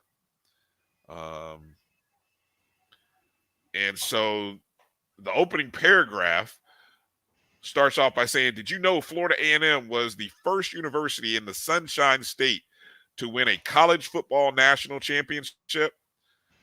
Among the great players in FAMU history was Tyrone McGriff. And they happen to have a picture that Rick Crawford submitted and took. Of course, if you don't follow Rick Crawford, then you're missing out on FAMU history on his Twitter handle, because Rick, he takes it back. He's got some great photos and does a great job of, especially on Thursday. I mean, it's almost like clockwork. You can find out some good FAMU history from back in the day. But so they have a photo that he took of McGriff and teammate Bobby Hawkins celebrating a 31-7 victory in the 78 Orange Blossom Classic held at the Orange Bowl. FAMU would go on to capture the first Division I AA national championship with a 35-28 victory over Massachusetts later in that game. All right, I think we've got Coach on. So let's go to our guest, and joining the show right now, head coach, Leon High School, right there in Tallahassee, Florida, Coach Tyrone McGriff. Coach, thanks for joining us tonight. How you doing? I'm doing all right. I'm sorry running a little bit late. I'm still here at the field house, as you can see. So just a lot of work. How are you all guys doing? Hey, we're doing well, Coach. Doing We good. know. I know what summers are like for high school coaches, and for football it's no sleep, because you guys, the season is right around the corner. So thanks for taking some time tonight. Think about it. Are we still there? Yeah, I know. We got you. You got me? Can you? Yeah, we got you. Yeah, I'm sorry. I'm in the field house. So. Yes, sir. I'm in the field house. Hey, so how are you doing? How's the summer been for you? I've seen on social media, I've seen some videos. You've been taking players. I think we're to Florida. You've done some stuff at Florida State. How's the summer been for you so far in your program? Actually, pretty good. Of course, we work out every evening. Guys have been pretty committed. We spent the last 2 weeks going to different colleges for their 7-on-17 camps, getting our guys exposed to competition outside of Tallahassee. I think it's necessary if we want to build a program that our guys understand, what's outside of Tallahassee. So we've been doing pretty well. We did very well at Florida State, lost in semis. And I think we could have done a little bit better. We had we were down in our depth chart on the defensive back side, and then we turned around that same week and played in the 7-on-7 championship at FAMU's camp. And then last week we were at University of Florida and UCL, and we were extremely competitive and did some very, very good things there, opened up some eyes. So I'm happy with the progress of our guys. Speaking of 7-on-7, it seems that it has become a great tool or vehicle for offenses and probably defenses as well. How has 7-on-7 changed? How has 7-on-7 changed high school football, and maybe even college football? Yeah, I think 7-on-7 gives football players an opportunity to play year round, which in the past that wasn't really the case, right? Football season was football season, then you went off to basketball, baseball, track, or whatever sport you were playing, wrestling. And now a lot of guys are playing football year round. I think receivers are running a whole lot better routes. Quarterbacks are, of course, you can look at the NFL level. You have a lot of rookie quarterbacks coming in ready to play. On the college level, you have a lot of freshman quarterbacks coming in ready to play because they're throwing the ball and they're getting that timing. And you got a lot of receivers that are more advanced in their route running ability. However, it's still not regular football. So the contact part of it, you can never, substitute, that car crash that happens, right? Because it's a car crash. So I think in some regards, I think offensively, it's advancing the game to a degree that we never saw coming. I think defensively, it's creating a lot of poor habits in tackling, and it's creating a lot of poor habits that it's sometimes for quarterbacks too, because you don't have the pressure of a rush. You don't have to get in your drop. It's changing up the dynamics of a game a little bit. So, you have good 7-on-7 coaches that don't manipulate the game to a degree that it's not football. So, I've played against teams in 7-on-7 where they're literally lining up the running back next to the center. And that's not real football. You're sending running backs on go routes out the backfield. That's not real football because it's so much traffic up in there. They're not really doing that to that degree. And so you have some coaches that are celebrating the success in 7-on-7, manipulating the game to a degree that it's not real football.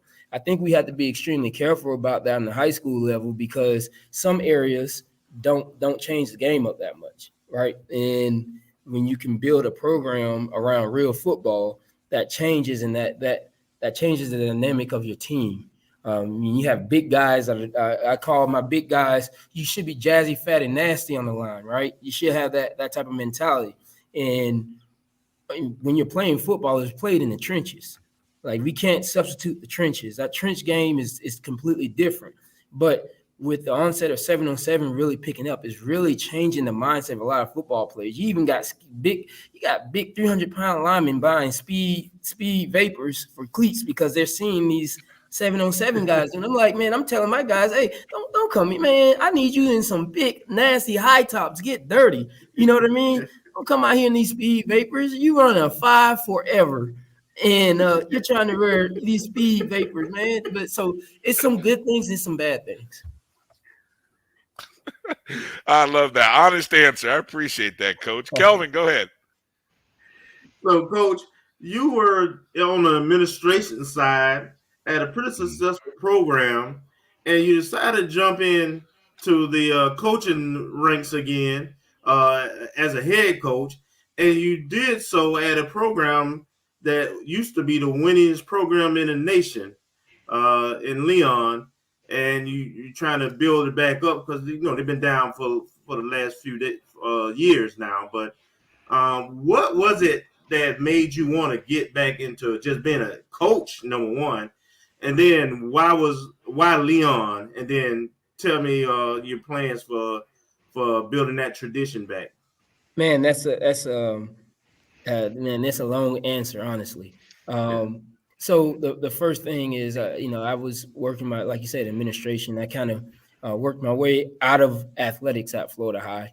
And sometimes the money that isn't where your heart is. And athletics has always been my heart.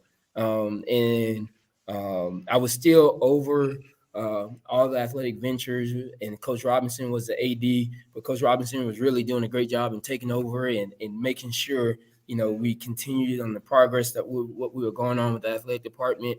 And then I started raising money for the school. And, it was great doing that. I got involved with the CTE program, Career Technical Education. And, a lot of people don't know I have a specialist degree in ed leadership. And, so that was great.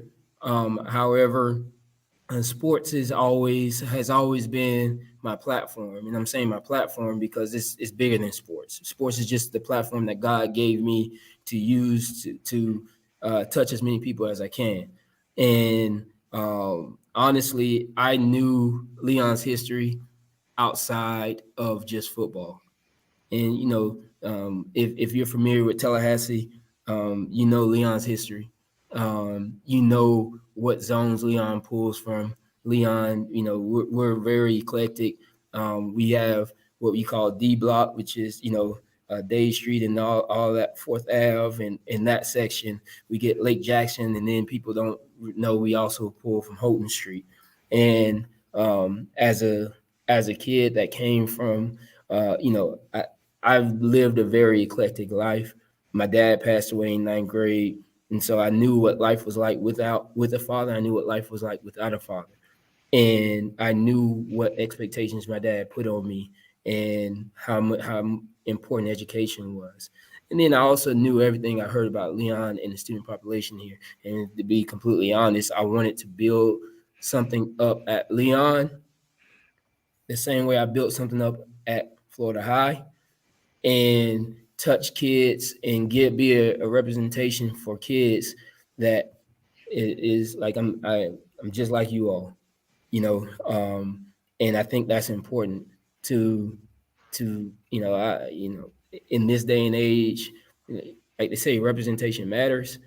I'm not really the type that's going to go out and wave a flag and do all those different things. I just want to show you by example every day who I am and show our kids like, hey, I'm a Black male that's highly educated, that knows sports, that was good in football, I would say, that used football as an avenue to, get a degree. And then I use sports to get multiple degrees. And that's what sports are supposed to do. So that's really why I came to Leon, was I knew I could relate to the student population versus both black and white. And I knew that I would make a big difference for these students here. That's an honest and deep answer, man. Appreciate it. Appreciate y'all. Marcus, go ahead. Good evening, Coach McGriff. I guess my question kind of ties into Kelvin's question. With a lot of the rule changes in FSA, I guess FHSAA, including transfer rules, and I think I saw something recently, and I'd have to go back and look about kids who are homeschooled or something around that.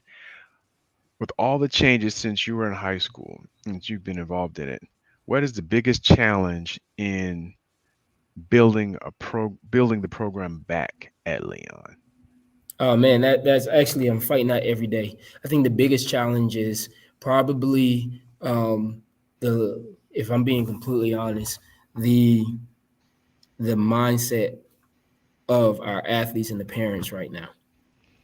And with choices, you have more opportunities to make mistakes with choices, right? And those mistakes can be influenced by people that don't know, right? And so, for example, a lot of people heard of me, but they don't know me.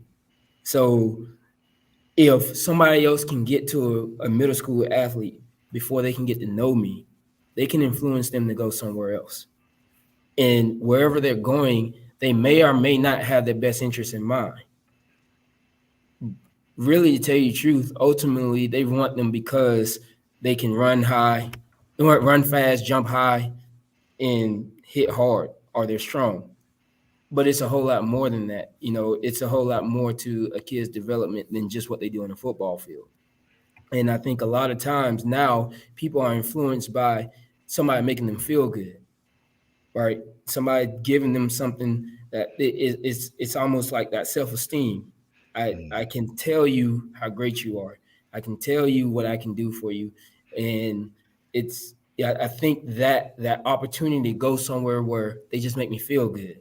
And that we have to be, I think that's very dangerous in society, because a lot of times people go places that just make them feel good. People do things that just make them feel good, even though it's not in their best interest. And so I think now with the onset of 7-on-7 and coaches that can influence kids at a younger age to say, hey, I can do this for you, or hey, you've been playing 7-on-7 for me, come play for me here. Like that's a huge influence for these kids. And that doesn't necessarily mean that they don't have the best interests in mind, but I've talked to many. Like, I'm the only coach in Leon County that's also a part of their administrative team because I have a specialist degree in ed leadership. And I'm talking to kid parents, and they're saying, it's about education. And I said, okay, so what made you choose this school? Instead of coming to your home school, which is probably Leon. And they're like, well, it's about education. I'm like, well, okay, tell me what you know about me. And they can't tell me anything. I'm like, well, you do realize that I'm an administrator out here? Oh, I didn't know that. But you told me it was about education. So it wasn't about education. It was about somebody making you feel good about your choice because you really didn't look into your choices. And so I think with school choice, whoever can build that relationship first has a leg up. And that's hard for me because I'm not really in the business of manipulating kids. That's extremely hard for me because that means I have to go down to a middle school game and tell a kid that I can do something for him more than what somebody else can do. And that's not really the case. I don't know what I can do better for him than somebody else because I'm not trying to use kids. I honestly, to tell you the truth, I went to school and got my education so I can help kids, not so I can use them. And so I think that's what's going on a whole lot around here. And that's what's going on a whole lot around the state. And I think it's going to come a time for me that hopefully people see that I'm genuine and this is what I really stand for. But if not, it'll down the road, then we'll have to make a choice if wins don't start to collect, which I'm pretty sure wins are going to collect because it's about development. That, you got to barbecue a mildew, and I don't want to compromise who I am as an individual just to win games. Thank you, Coach. Coach, I know anybody that talks with you, or if they don't know already, they're going to get truth. And I can already sense that in a short conversation, you're going to get honest truth in every answer. And we appreciate that, man. That is it's refreshing. It's refreshing, especially in the coaching industry. Let's go to your years at FAMU. You were a 4-year starter, a captain for people. Obviously, we understand the legacy. So you're a legacy rattler.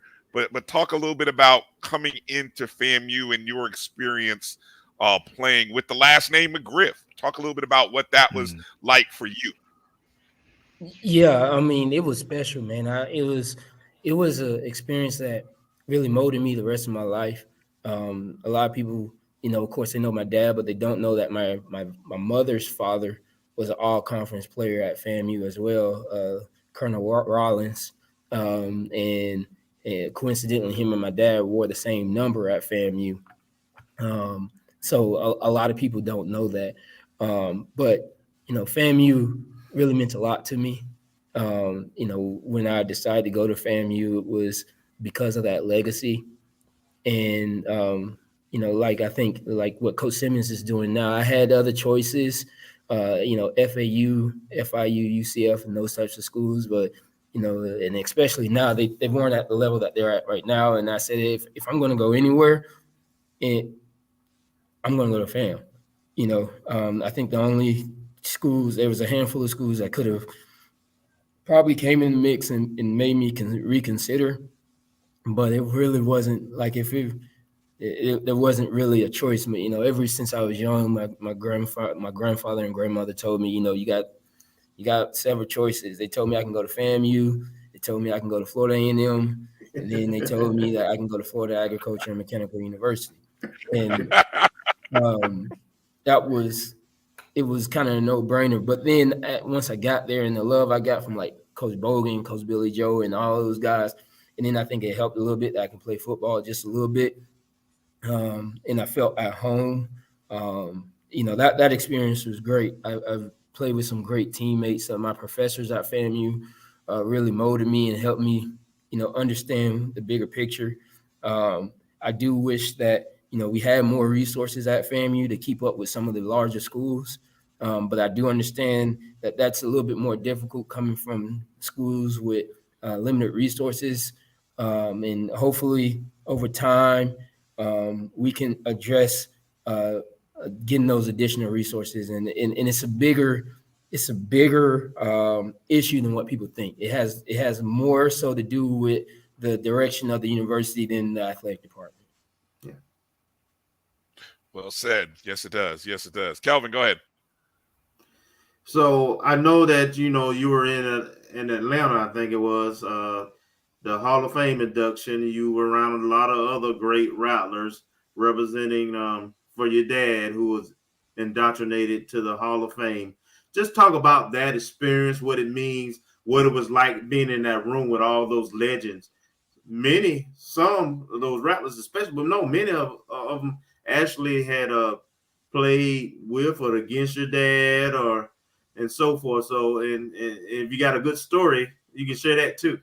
Yeah, man, let me tell you, that was amazing for me because I grew up watching Nate Newton, right? And my dad made me, like, my dad and my granddad didn't play about FAMU. And what I mean by FAMU, I'm not talking about the physical location. I mean, if you were a rattler, you were like, hey, watch him and play like him, because they knew what was bred from that. So anytime Earl Holmes was playing, anytime Nate Newton was playing, anytime Jamie Nails was playing, Robert Wilson and so many others, it wasn't a choice. I had to watch them. So, that was my first time actually meeting Nate Newton. My dad used to call him Big Nate. And that was my first time. And just the stories and just I was humbled to be around him, but then I can tell the respect that I think that my dad and him mutually have for each other, because they spoke about each other. I can remember how my dad spoke about Nate Newton, and the way that he spoke about my dad, it was very similar. And so that was a humbling experience for me to be, having a conversation with someone that spoke about my dad in the same manner that my dad spoke about him. And then, of course, all the other HBCU legends that were there. It was extremely humbling. And, it was probably one of the best experiences of my life. Congratulations on that too. Yes, sir. Yeah, that if you don't get it next year, have you all gone to it yet? I have not. You got to go, man. Like, I'm going next year. Like, I'm being dead serious, man. It is top notch. Great ceremony, great speakers. I didn't know what to expect. Some very, of course you had the HBCU legends, but you had a lot of NFL owners there. You had a lot of NFL GMs. And then I think the other humbling experience was like to be in that area, and they know you. And it's not like, hey, let me introduce me. Like, they know you, and they know stuff about you that you didn't know they knew. Right. And so that was humbling. Awesome. Marcus, go ahead. Coach McGriff, I wanted to ask you a little bit about FAMU currently. How excited are you about seeing the resurgence of FAMU under Coach Willie Simmons, and what can you take from what he's done at FAMU and apply to resurrecting the program at Leon High School? Yeah, I think Willie Simmons is hands down a gift for us, man. Like, we couldn't ask for a better coach. I do think that he's probably one of the most underrated coaches in the nation right now, because of the gifts that we've kind of bestowed upon him from a young age. I think he was bred for this position. Hopefully we keep him for a couple more years, but I do want to see him get his respect on the national level. One thing that I take is, really, to tell you the truth, Coach Simmons is politically astute. And while also applying football knowledge to the game of football, because you have some football coaches that are politicians, and then you have some football coaches that are just football coaches and not politicians. Coach Simmons is both. And that right there is a jewel, because you don't get that very often. It's very hard to get that. Coach Billy Joe was similar, politician and football minded. I think usually when you're looking at those coaches like that, what you're looking at, and I'm just going to go ahead and say it, is somebody that's extremely intelligent.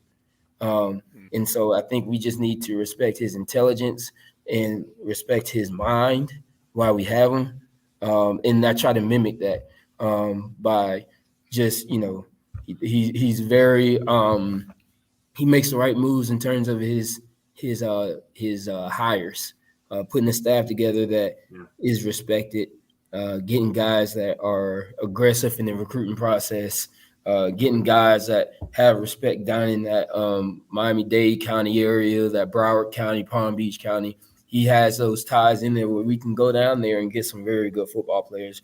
Of course, he's tied into the Big Bend area. And, of course, Devin Rispers is tied in around here. And then you have Coach Smitty, who's from Taylor County. And so we're really getting, I think that type of talent that's kind of those tweeners trying to figure out, if they're going to go to a group of 5 school or go to an FCS school. I think we're landing those guys because of those connections. And that's something that Coach Billy did really well when he was here, especially at transfer portal. Coach Billy was the king of the transfer portal before the transfer portal ever happened. That's right. And a lot of people don't want to acknowledge that. Coach Billy set the mold for that.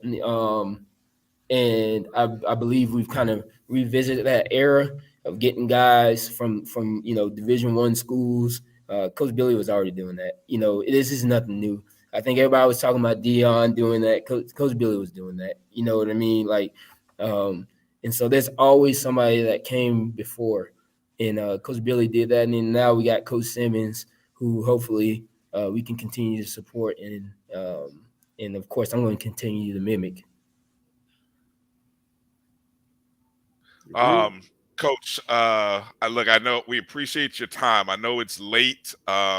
So I just want to kind of get a final word from you and give you kind of the last word to promote or let anything you want to, but just maybe if you would share a thought, as we celebrate your dad going into the Black College Football Hall of Fame, along with, by the way, people who may not know, also a part of the College Football Hall of Fame, the FAMU Hall of Fame. Did I leave any Hall of Fames out? No, I think that's it. We're hopefully we can get into the Florida Hall of Fame next, and we'll see how that goes.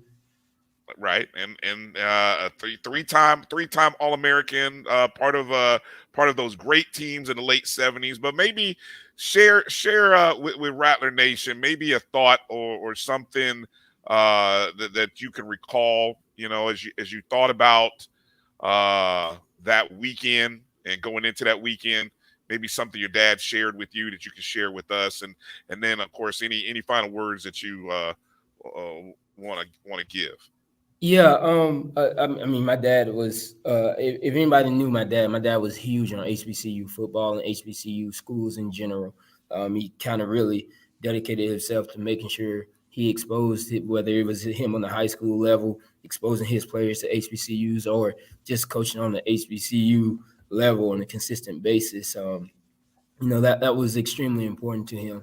I think right now, I just ask that everybody stays involved with FAMU, stays locked in with what's going on. I think our athletic department is in great hands.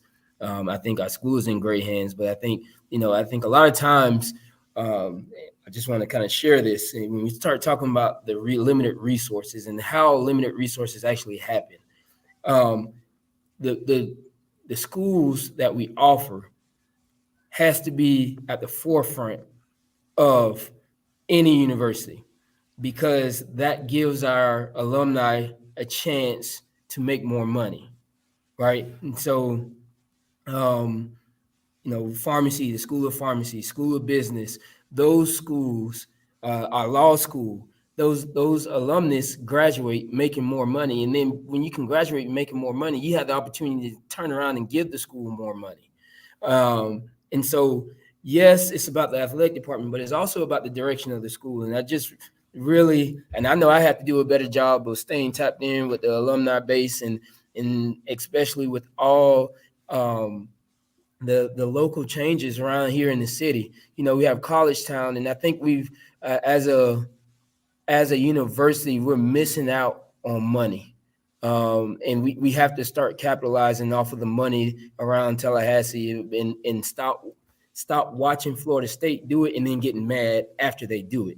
So, Florida State's Alumni Association really put in a lot of money into college town, where I believe that it's time for FAMU to start venturing out in our real estate and protecting the land that's around FAMU, trying to make money off of the real estate around FAMU, because that then in turn goes right back into the alumni, it goes right back into the fan base, it goes right back into the athletic department. That's how you build an empire. And so we too often sit there and we watch other people, we use the term gentrification. We watch other people do that. And I think if I had to encourage anybody to do anything, let's get involved with the local real estate.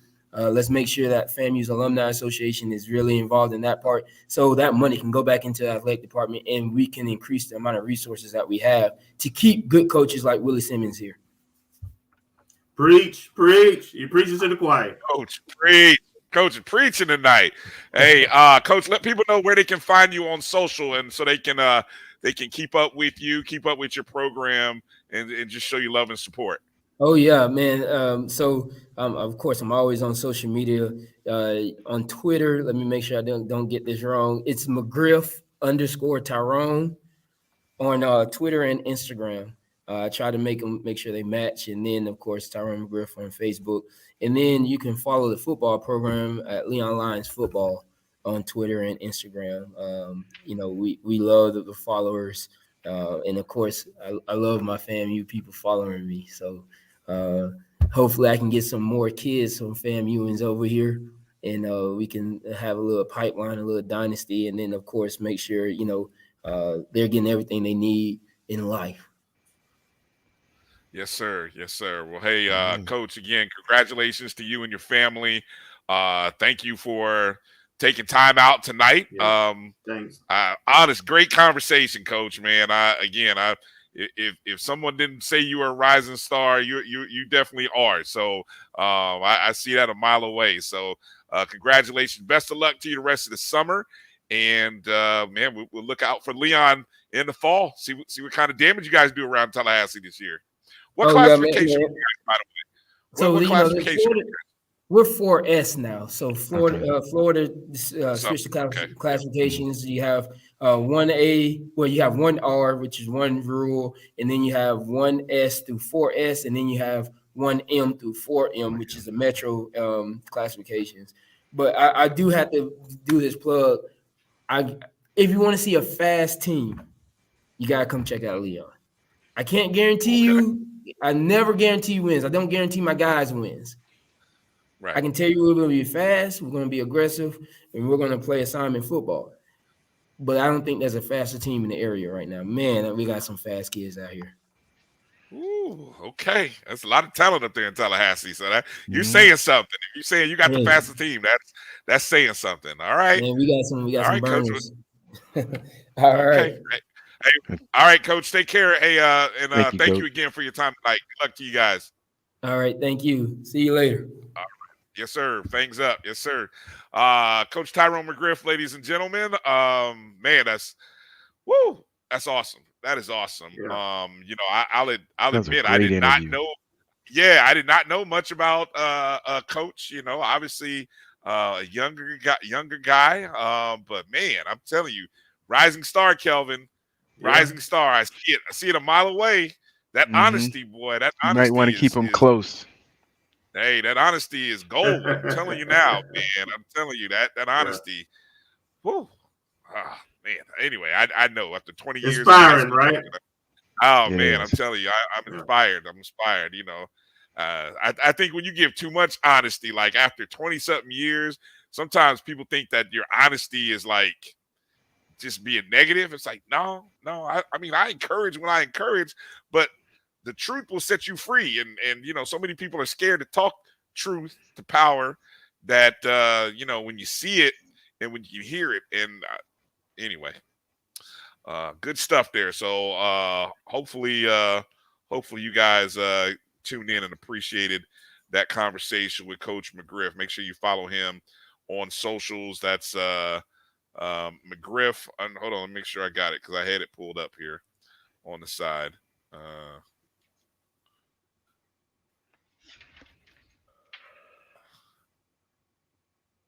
You just gave it to us, so shame on me for not having it ready. No, it's McGriff _ Tyrone. Thank you, Kel. Thank you, Marcus, for jumping in there. McGriff _ Tyrone. And all right, so now let's get to the O&G Awards because we got to get ready to wrap up the show. I got a dog in a crate that is going nuts, and I'm just praying that this dog has not crapped in the crate because your boy is not looking forward to cleaning that up if that happened for a second night. It happened to me the other night. The dog surprised me with a nice little gift. But anyway, all right, so. We gave you the categories earlier. Let's go into the actual nominations. And again, we're gonna probably drop a way for you guys to vote on socials this weekend. So you'll be looking out. Make sure you're following us on Facebook, Twitter, and Instagram at MyBCSN1, and we'll let you know how you can vote for these categories. In the female most memorable moment of the year category, our nominees are. I think it's Naila Clarington. Yeah, just make sure we got to double check. So it's Naila Clarington she's the cheerleader, FAMU cheerleader, senior cheerleader, with the viral video from the baseline of a basketball game that went super viral as she had a conversation with the referee and a few other players and so on and so forth. So we had that moment. How about the tennis SWAC championship win? And I think we're talking the tournament win, correct? So that's the tennis, our tennis team winning the SWAC championship on that final day. Also, another tournament win, the volleyball team winning the SWAC tournament for the second consecutive season. And then also you gotta respect championships, baby. Yeah, gotta respect the championship and the win. And then also our softball team, FAMU softball, getting a win over Mercer. I believe that was very early in the season, first weekend series. Actually, Mercer was the host, and so we got off to a great start when we had a full roster, no injuries, looked healthy, and man, did we look good at the beginning of the season. So so that's the 4 nominees. If you have a recommendation for another female most memorable moment, feel free to drop it in the chats, or you can also send an email to ongstrikezone@gmail.com. Let's go to male most memorable moment of the year. This is for the men, most memorable moment of the year. How about our football team stand on compliance issues that, the really pressing the issue with our administration, taking that moment before we got on the bus or got on the buses and then to a plane to go to Chapel Hill. They said, nah, we're not going. Something's not right here. And so they even formed a great letter, which was also sent to Dr. Robinson, but just a great stand. I feel that belt coming. Where's my belt? Yes. Yeah. Go ahead. So also for football, the Florida Classic win over Bethune as a memorable moment. What stood out about that game? Because I'm going to give you an alternate game, but what stood out about that game for you guys? Or Marcus, Kelvin, go ahead. Was it the quarterback? Florida Classic? Yeah. What about the Florida Classic stood out? Oh man. See, I thought it was the best coach game that the staff had put together of this season for sure, and one of the best since they've been here. From the throwback passes and all that kind of stuff. Special teams, offense, defense, everybody at their best. So the totality of that game. Okay, I get that. I support that. Kelvin, Marcus, you had to think too long. So for me, that would tell me. Now, my honorable mention, though, I got to say the Alabama State ending. The Alabama State game ending. Agreed. the block punt, return for a touchdown, Agreed. Like field bowler goal. in the end zone, the band. That that still Yeah. is in my head. Like what? I mean that just in my head is ridiculous. So I don't know. Somebody else out there watching may agree, but we'll keep the Florida Classic win in there. Baseball SWAC championship run, the SWAC championship that weekend. Just we're just categorizing it all 6 games. That whole Yes. what was it, 5 days? Let me see. Wednesday, Thursday, because we had coach on Wednesday. Right. And they played the first game was what, Thursday? Thursday. So Thursday, Friday, Saturday, Sunday. So 4 days. They played 6 games in 4 days. And that was an amazing 4-day run. That was an amazing 4 days of baseball. So you got that in there as a nominee. And then you've also got baseball. How about the baseball, the NCAA tournament, the 2 games in the NCAA regional? Yeah. We impressed people. We got eyeballs on the program.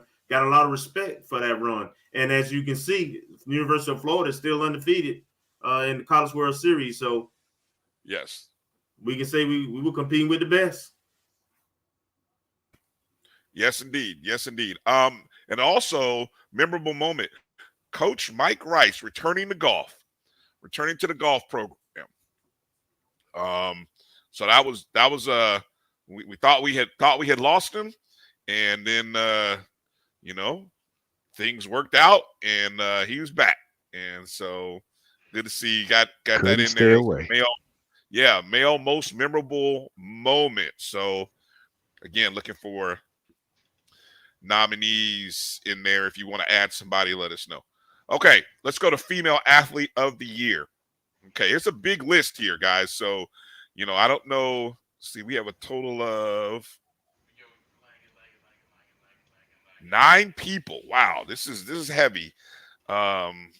We might need to evaluate this, but anyway, we'll just go through the list. Here are the 9 names. We've got Dylan Horton, women's basketball. She was a second-team All-SWAC player. Jordan Ship for bowling. She was the SWAC All-Tournament team and had the 3rd best average in the SWAC bowling tournament. Naila Clarington, we already mentioned she was a senior captain for the cheerleading squad. I could not remember the what it was that the cheerleading team actually accomplished. I know they did something significant in terms of their NCAA. I think it was the National Cheerleading Association, 3rd place. Yeah, if somebody can look up what it was exactly and make sure we include that. But I think just on the strength of Naila being a senior captain, and then of course the viral video, we've got to have her in there. Nia Morgan, softball, second team All-SWAC, but as a catcher, played every game, every inning of the softballs. Talk about Iron Woman. That's ridiculous. Yes. So just Nia Morgan, her bat and her knees, because man, that's some serious Iron Woman stuff right there. Janiah Davis, softball, first team All-SWAC this year. Michaela Irvis for softball, first team All-SWAC, and she might have had one of the top averages or top numbers on, I think it was either triples or doubles, something, one of those 2 stats. Sarah Rakim, tennis, SWAC player of the year in the regular season. Reagan Harris, tennis, SWAC all-tournament MVP. And I think Reagan was also a first team, either first or second, but she probably was first team.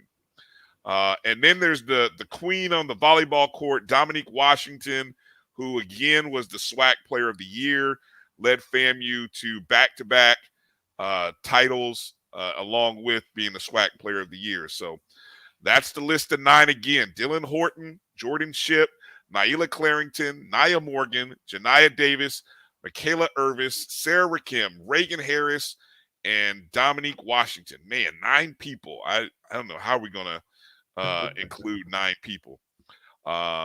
Thank you, Melissa. Appreciate it. There it is, guys, right there. They placed third at the NCAA College Nationals. Appreciate you, Melissa. Thank you for dropping that in there for us. All right, male athlete of the year.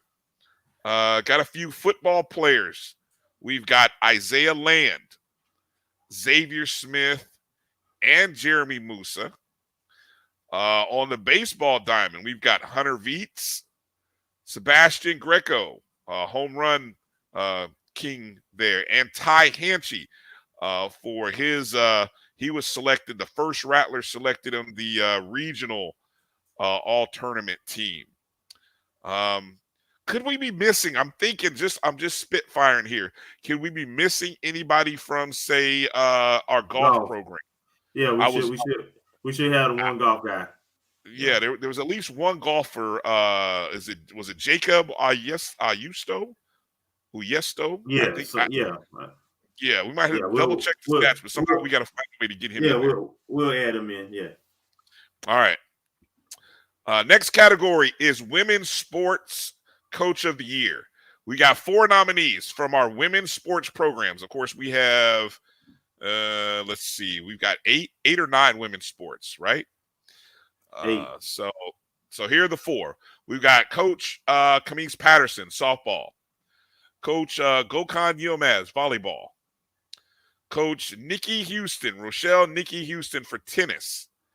And Coach Karen Brown, bowling. Of course, Coach Brown retired after this past season.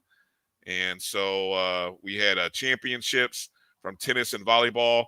And then I'm telling you, working under tough conditions, Coach Patterson, and still do that team made it to the SWAC tournament when many people thought they weren't, and they could have given up on the season, but that team found a way. And so I think we got a great pool there for our women's sport coaches of the year.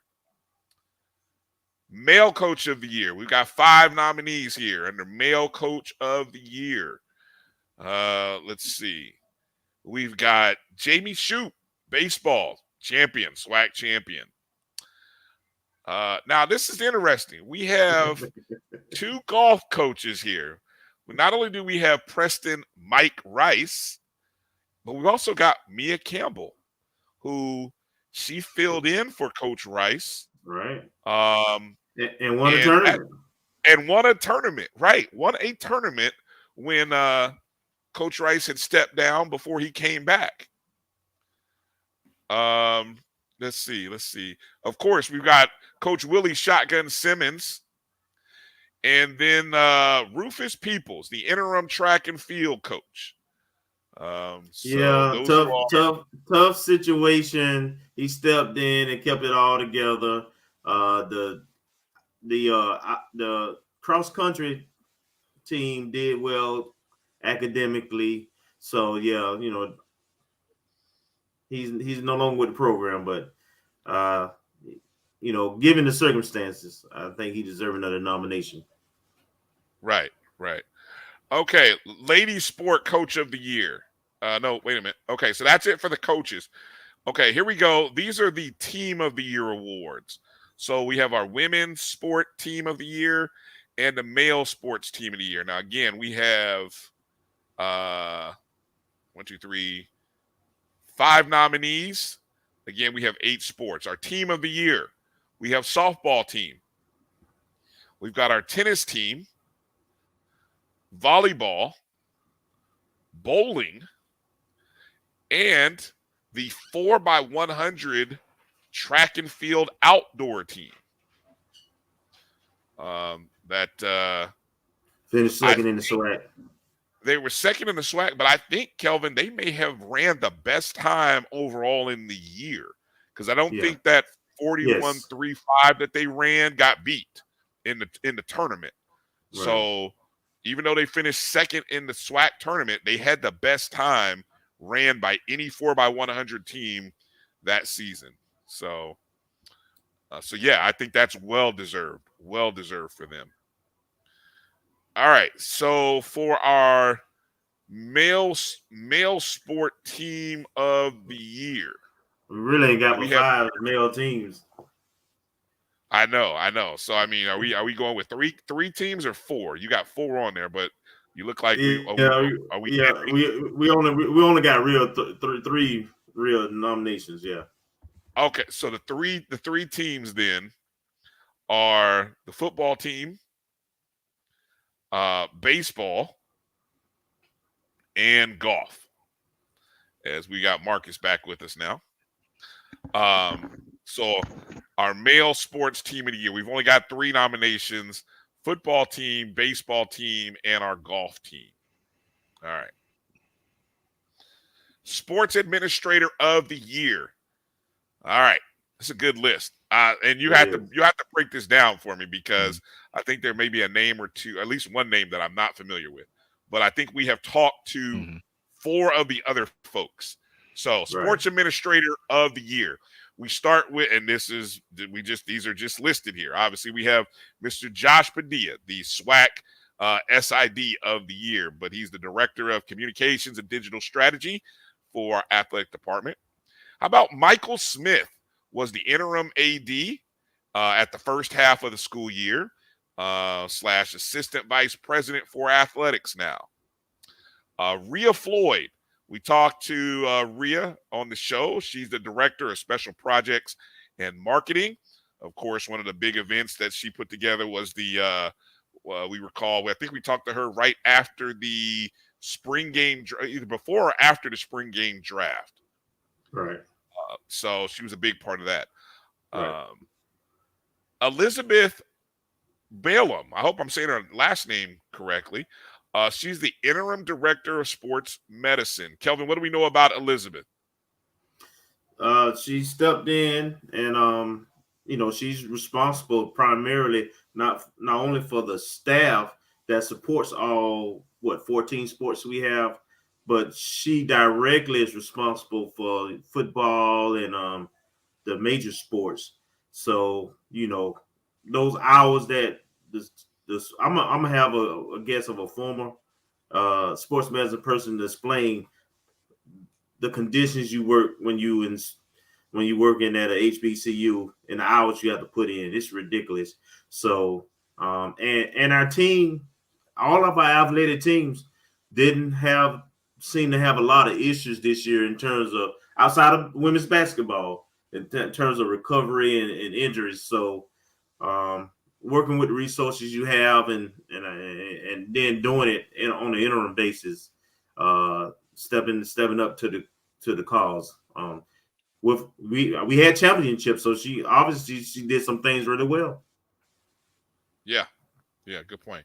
And then, of course, LaTroy Johnson, the assistant AD of football operations.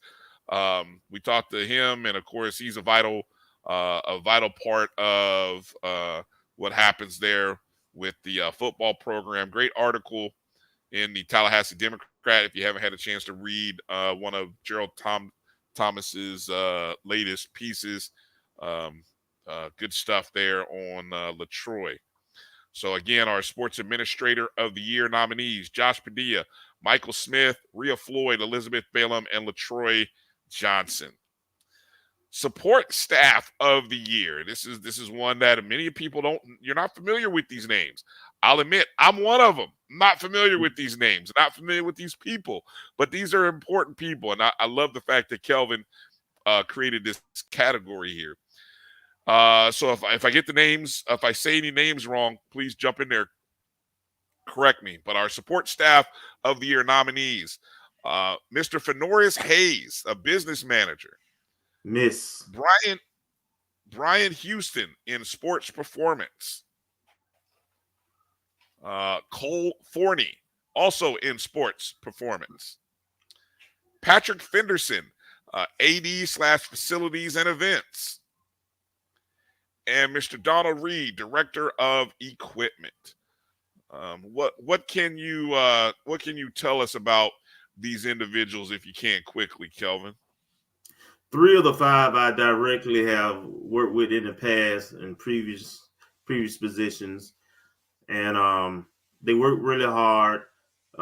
They work with all sports in terms of the business manager. That's the person who's helping the coaches and everything get all these flights and arrangements and meals and per diems and all that good stuff done, as well as helping the equipment person order for all 14 sports and so forth. So Donald and Fenora's been around for a minute, worked extremely hard, no drama, things get done. They know how to get it done with FAMU resources. So Patrick, same thing, a guy who helped me. Frankly, Patrick helped me when I was with the athletic department. So Bryan Houston works with I think the Olympic sports as well as Cole, and Bryan is the husband of tennis coach Nikki Houston. So all good people though, and they deserve their flowers. So I remember how crucial those people were when I was working in athletics, and you know, they never get their names put out there. So I wanted to make sure we show them some love. That's going to be that might be the toughest category to handicap, because not many people are. I'm just assuming most people aren't going to be very knowledgeable, you know, of who those people are. Let me see. Let's see. Okay. We got a nomination here. I don't know. At first, I thought this might have been for the support staff of the year portion. Robert Vickers says a do/did more with less award for a coach. Yeah, that maybe that might be for the support staff. I don't know who did doing more with less. Yeah. That is a good that's a good title for that category, for that support staff category. Yeah. Okay. Last two categories here. The assistant. This is probably assistant coach of the year. Yes. So the assistant coach of the year in women's sports. Now, is it both sports, or is it women and men? No, we separate the men and women. Both sides deserve to get recognition. Okay. I got you. Okay, so this is for our women's sports programs, the assistant coach of the year. We've got Steve Canfield in volleyball, Felicia Barnes with the cheer and spirit team, Kiara Brown. I hope I'm saying Kiara's name right. Softball, Earl Wade of tennis, and Al Brown in bowling. And we can say that Al retired along with his wife and Coach Brown, as the two both stepping away from coaching after this past season. So again, we've got Steve Canfield volleyball, Felicia Barnes cheer, Kiara Brown softball, Earl Wade tennis, and Al Brown bowling. Always interesting to try to figure out how do you handicap the assistant coaches, and which assistant coach provided the most. And I hope that we're able to get some good discussion when we post these on. We're definitely going to post them on our Facebook or even IG, but hopefully we can get some good comments from whether it be players or people who've interacted with them, and to kind of help with the voting as well. So the assistant coach in male sports, the assistant coach of the year for male sports, we've got Coach Riz, Coach Devin Rispress, recruiting coordinator for a football program. Mia Campbell, golf. So Mia Campbell's in two categories for not only coach, but then assistant coach as well. The defensive coordinator, Coach Ryan Smith. Assistant coach Isaac Brown for basketball.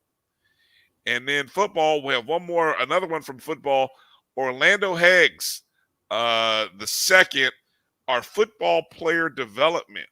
And if you have not seen some of the things that he's done with the player development program, awesome stuff around the community of Tallahassee, and you see our guys being actively involved at different schools. Man, that is a big part of what Orlando Heggs has been a part of. So, and by the way, he's moving on. He's got an opportunity to be an offensive line coach. I think it was at Georgia Military, if I'm not mistaken. That announcement, I think, was the day. Okay.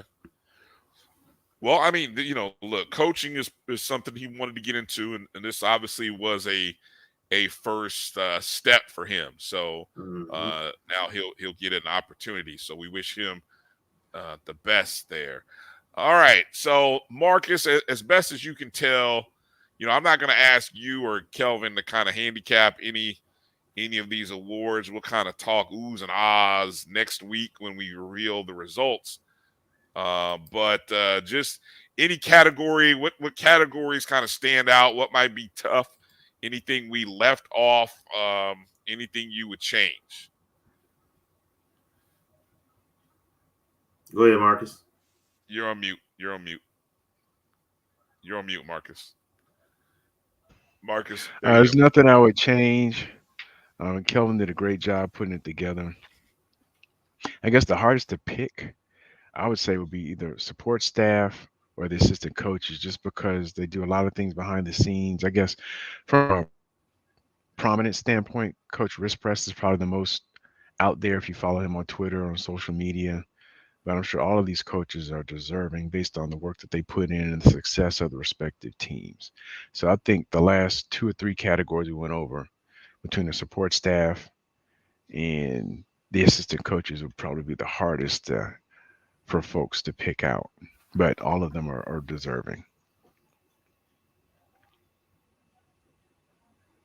As far as I'm concerned, Bryan, I think the sports administrator of the year, along with the support staff, are the 2 toughest, to the most competitive, because all of them are deserving.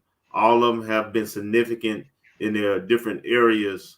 So choosing one out of that group is going to be challenging.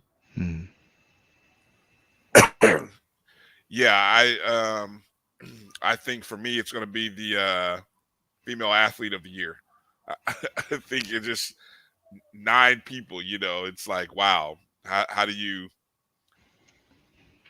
Yeah, how do you whittle that down to, championship? Yeah, well, that's how I'm gonna do it. Well, more than likely.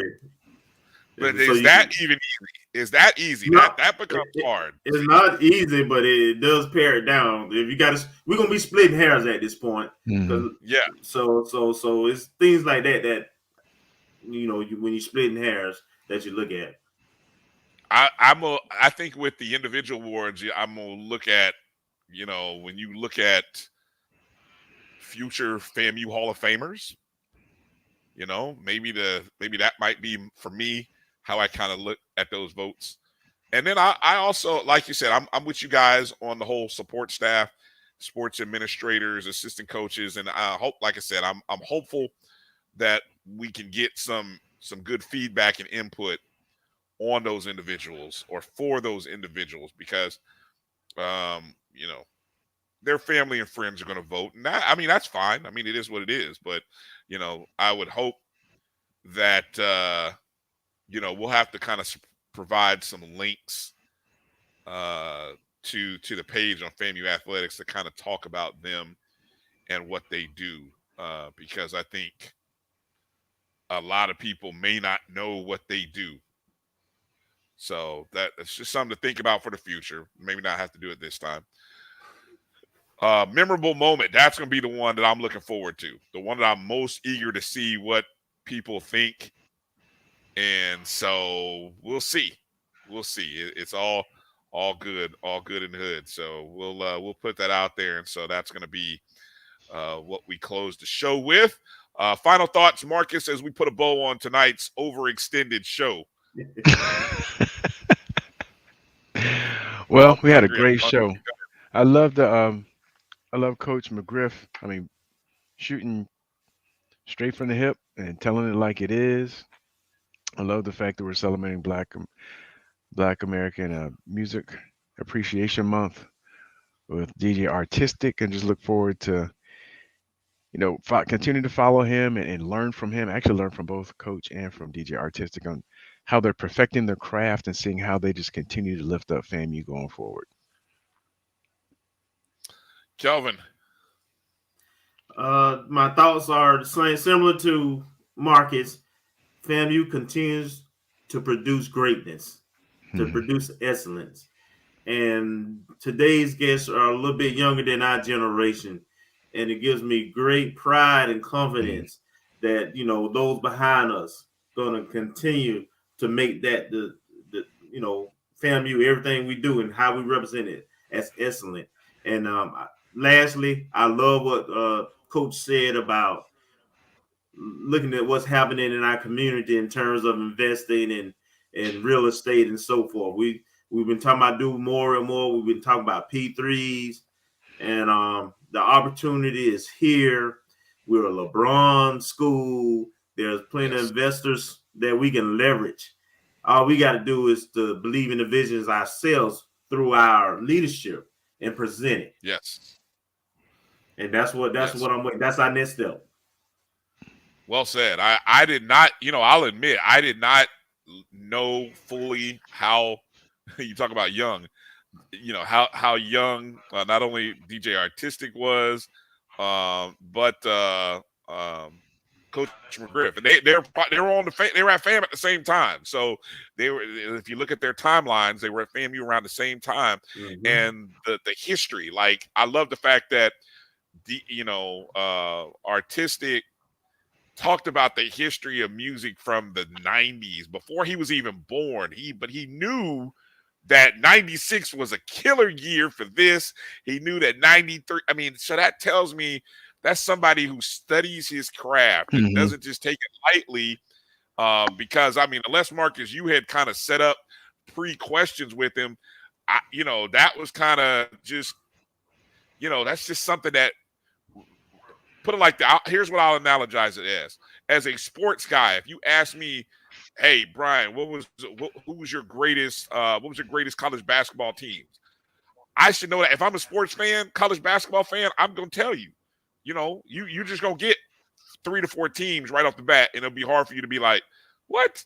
No, because that's it. But, and so for him to go in the crate, pun intended, and talk about 88, 91, I mean, that we know those, that we know 81. Hey, we know that stuff. But for somebody 20 years before he was even born, music that his mama and daddy was dancing and juking to, what? Come on now. That, I love it. That was history. And then, of course, it was great having Coach McGriff and the knowledge and history. And you can tell he was been a successful administrator. You can tell it's there. So, man, just as you said, well said, Kelvin, Black excellence, FAMU excellence on display. Hopefully you guys enjoyed those conversations. I'll make sure that we get those clipped and have them up as separate pieces so that if you just want to catch those interviews, you can do that, or you can listen to us ramble on about all kinds of other stuff in between. If you want to listen to the full show, make sure to download the BCSN Pod Zone, available everywhere you listen to podcasts. That's Amazon Music, Spotify, iHeartRadio, Apple, Google Podcasts, Radio Public, and more. You can also be available on YouTube. And, speaking of YouTube, you can always leave a super chat donation. You can always drop a tip in the jar. You can always give on the Cash App right there. All that stuff you see scrolling at the bottom of the screen. Make sure you hit the thumbs up button on the way out the door if you have not already. Feel free to share the stream, the YouTube page. Make sure you're following us on Facebook, Twitter, and Instagram at O&G StrikeZone. And be looking out for the O&G Award nominations list coming out this weekend. We want you guys to be a part of the votes, and then we will give the awards and the nominations, final awards, out on next Wednesday's show. 74 days away from the start of the football season, the OVC in Miami Gardens, and these days cannot get here fast enough. Although I'm not rushing them. I've got 6 weeks of summer left. As a teacher, I am not rushing to go back to school to get to August. I am not rushing. So, with that said, for my guys, Marcus, Kelvin, Bryan, thank you, Rattler Nation. Thank you, HBCU culture family, for watching the show. Rattlers, put 2 fingers up. Strike hard, strike fast, strike often. Just make sure you let them folks know that you are representing Florida Agricultural and Mechanical University on the highest of 7 hills in Tallahassee, 1887. Florida. What? 1887. What? Peace out, Rattler Nation.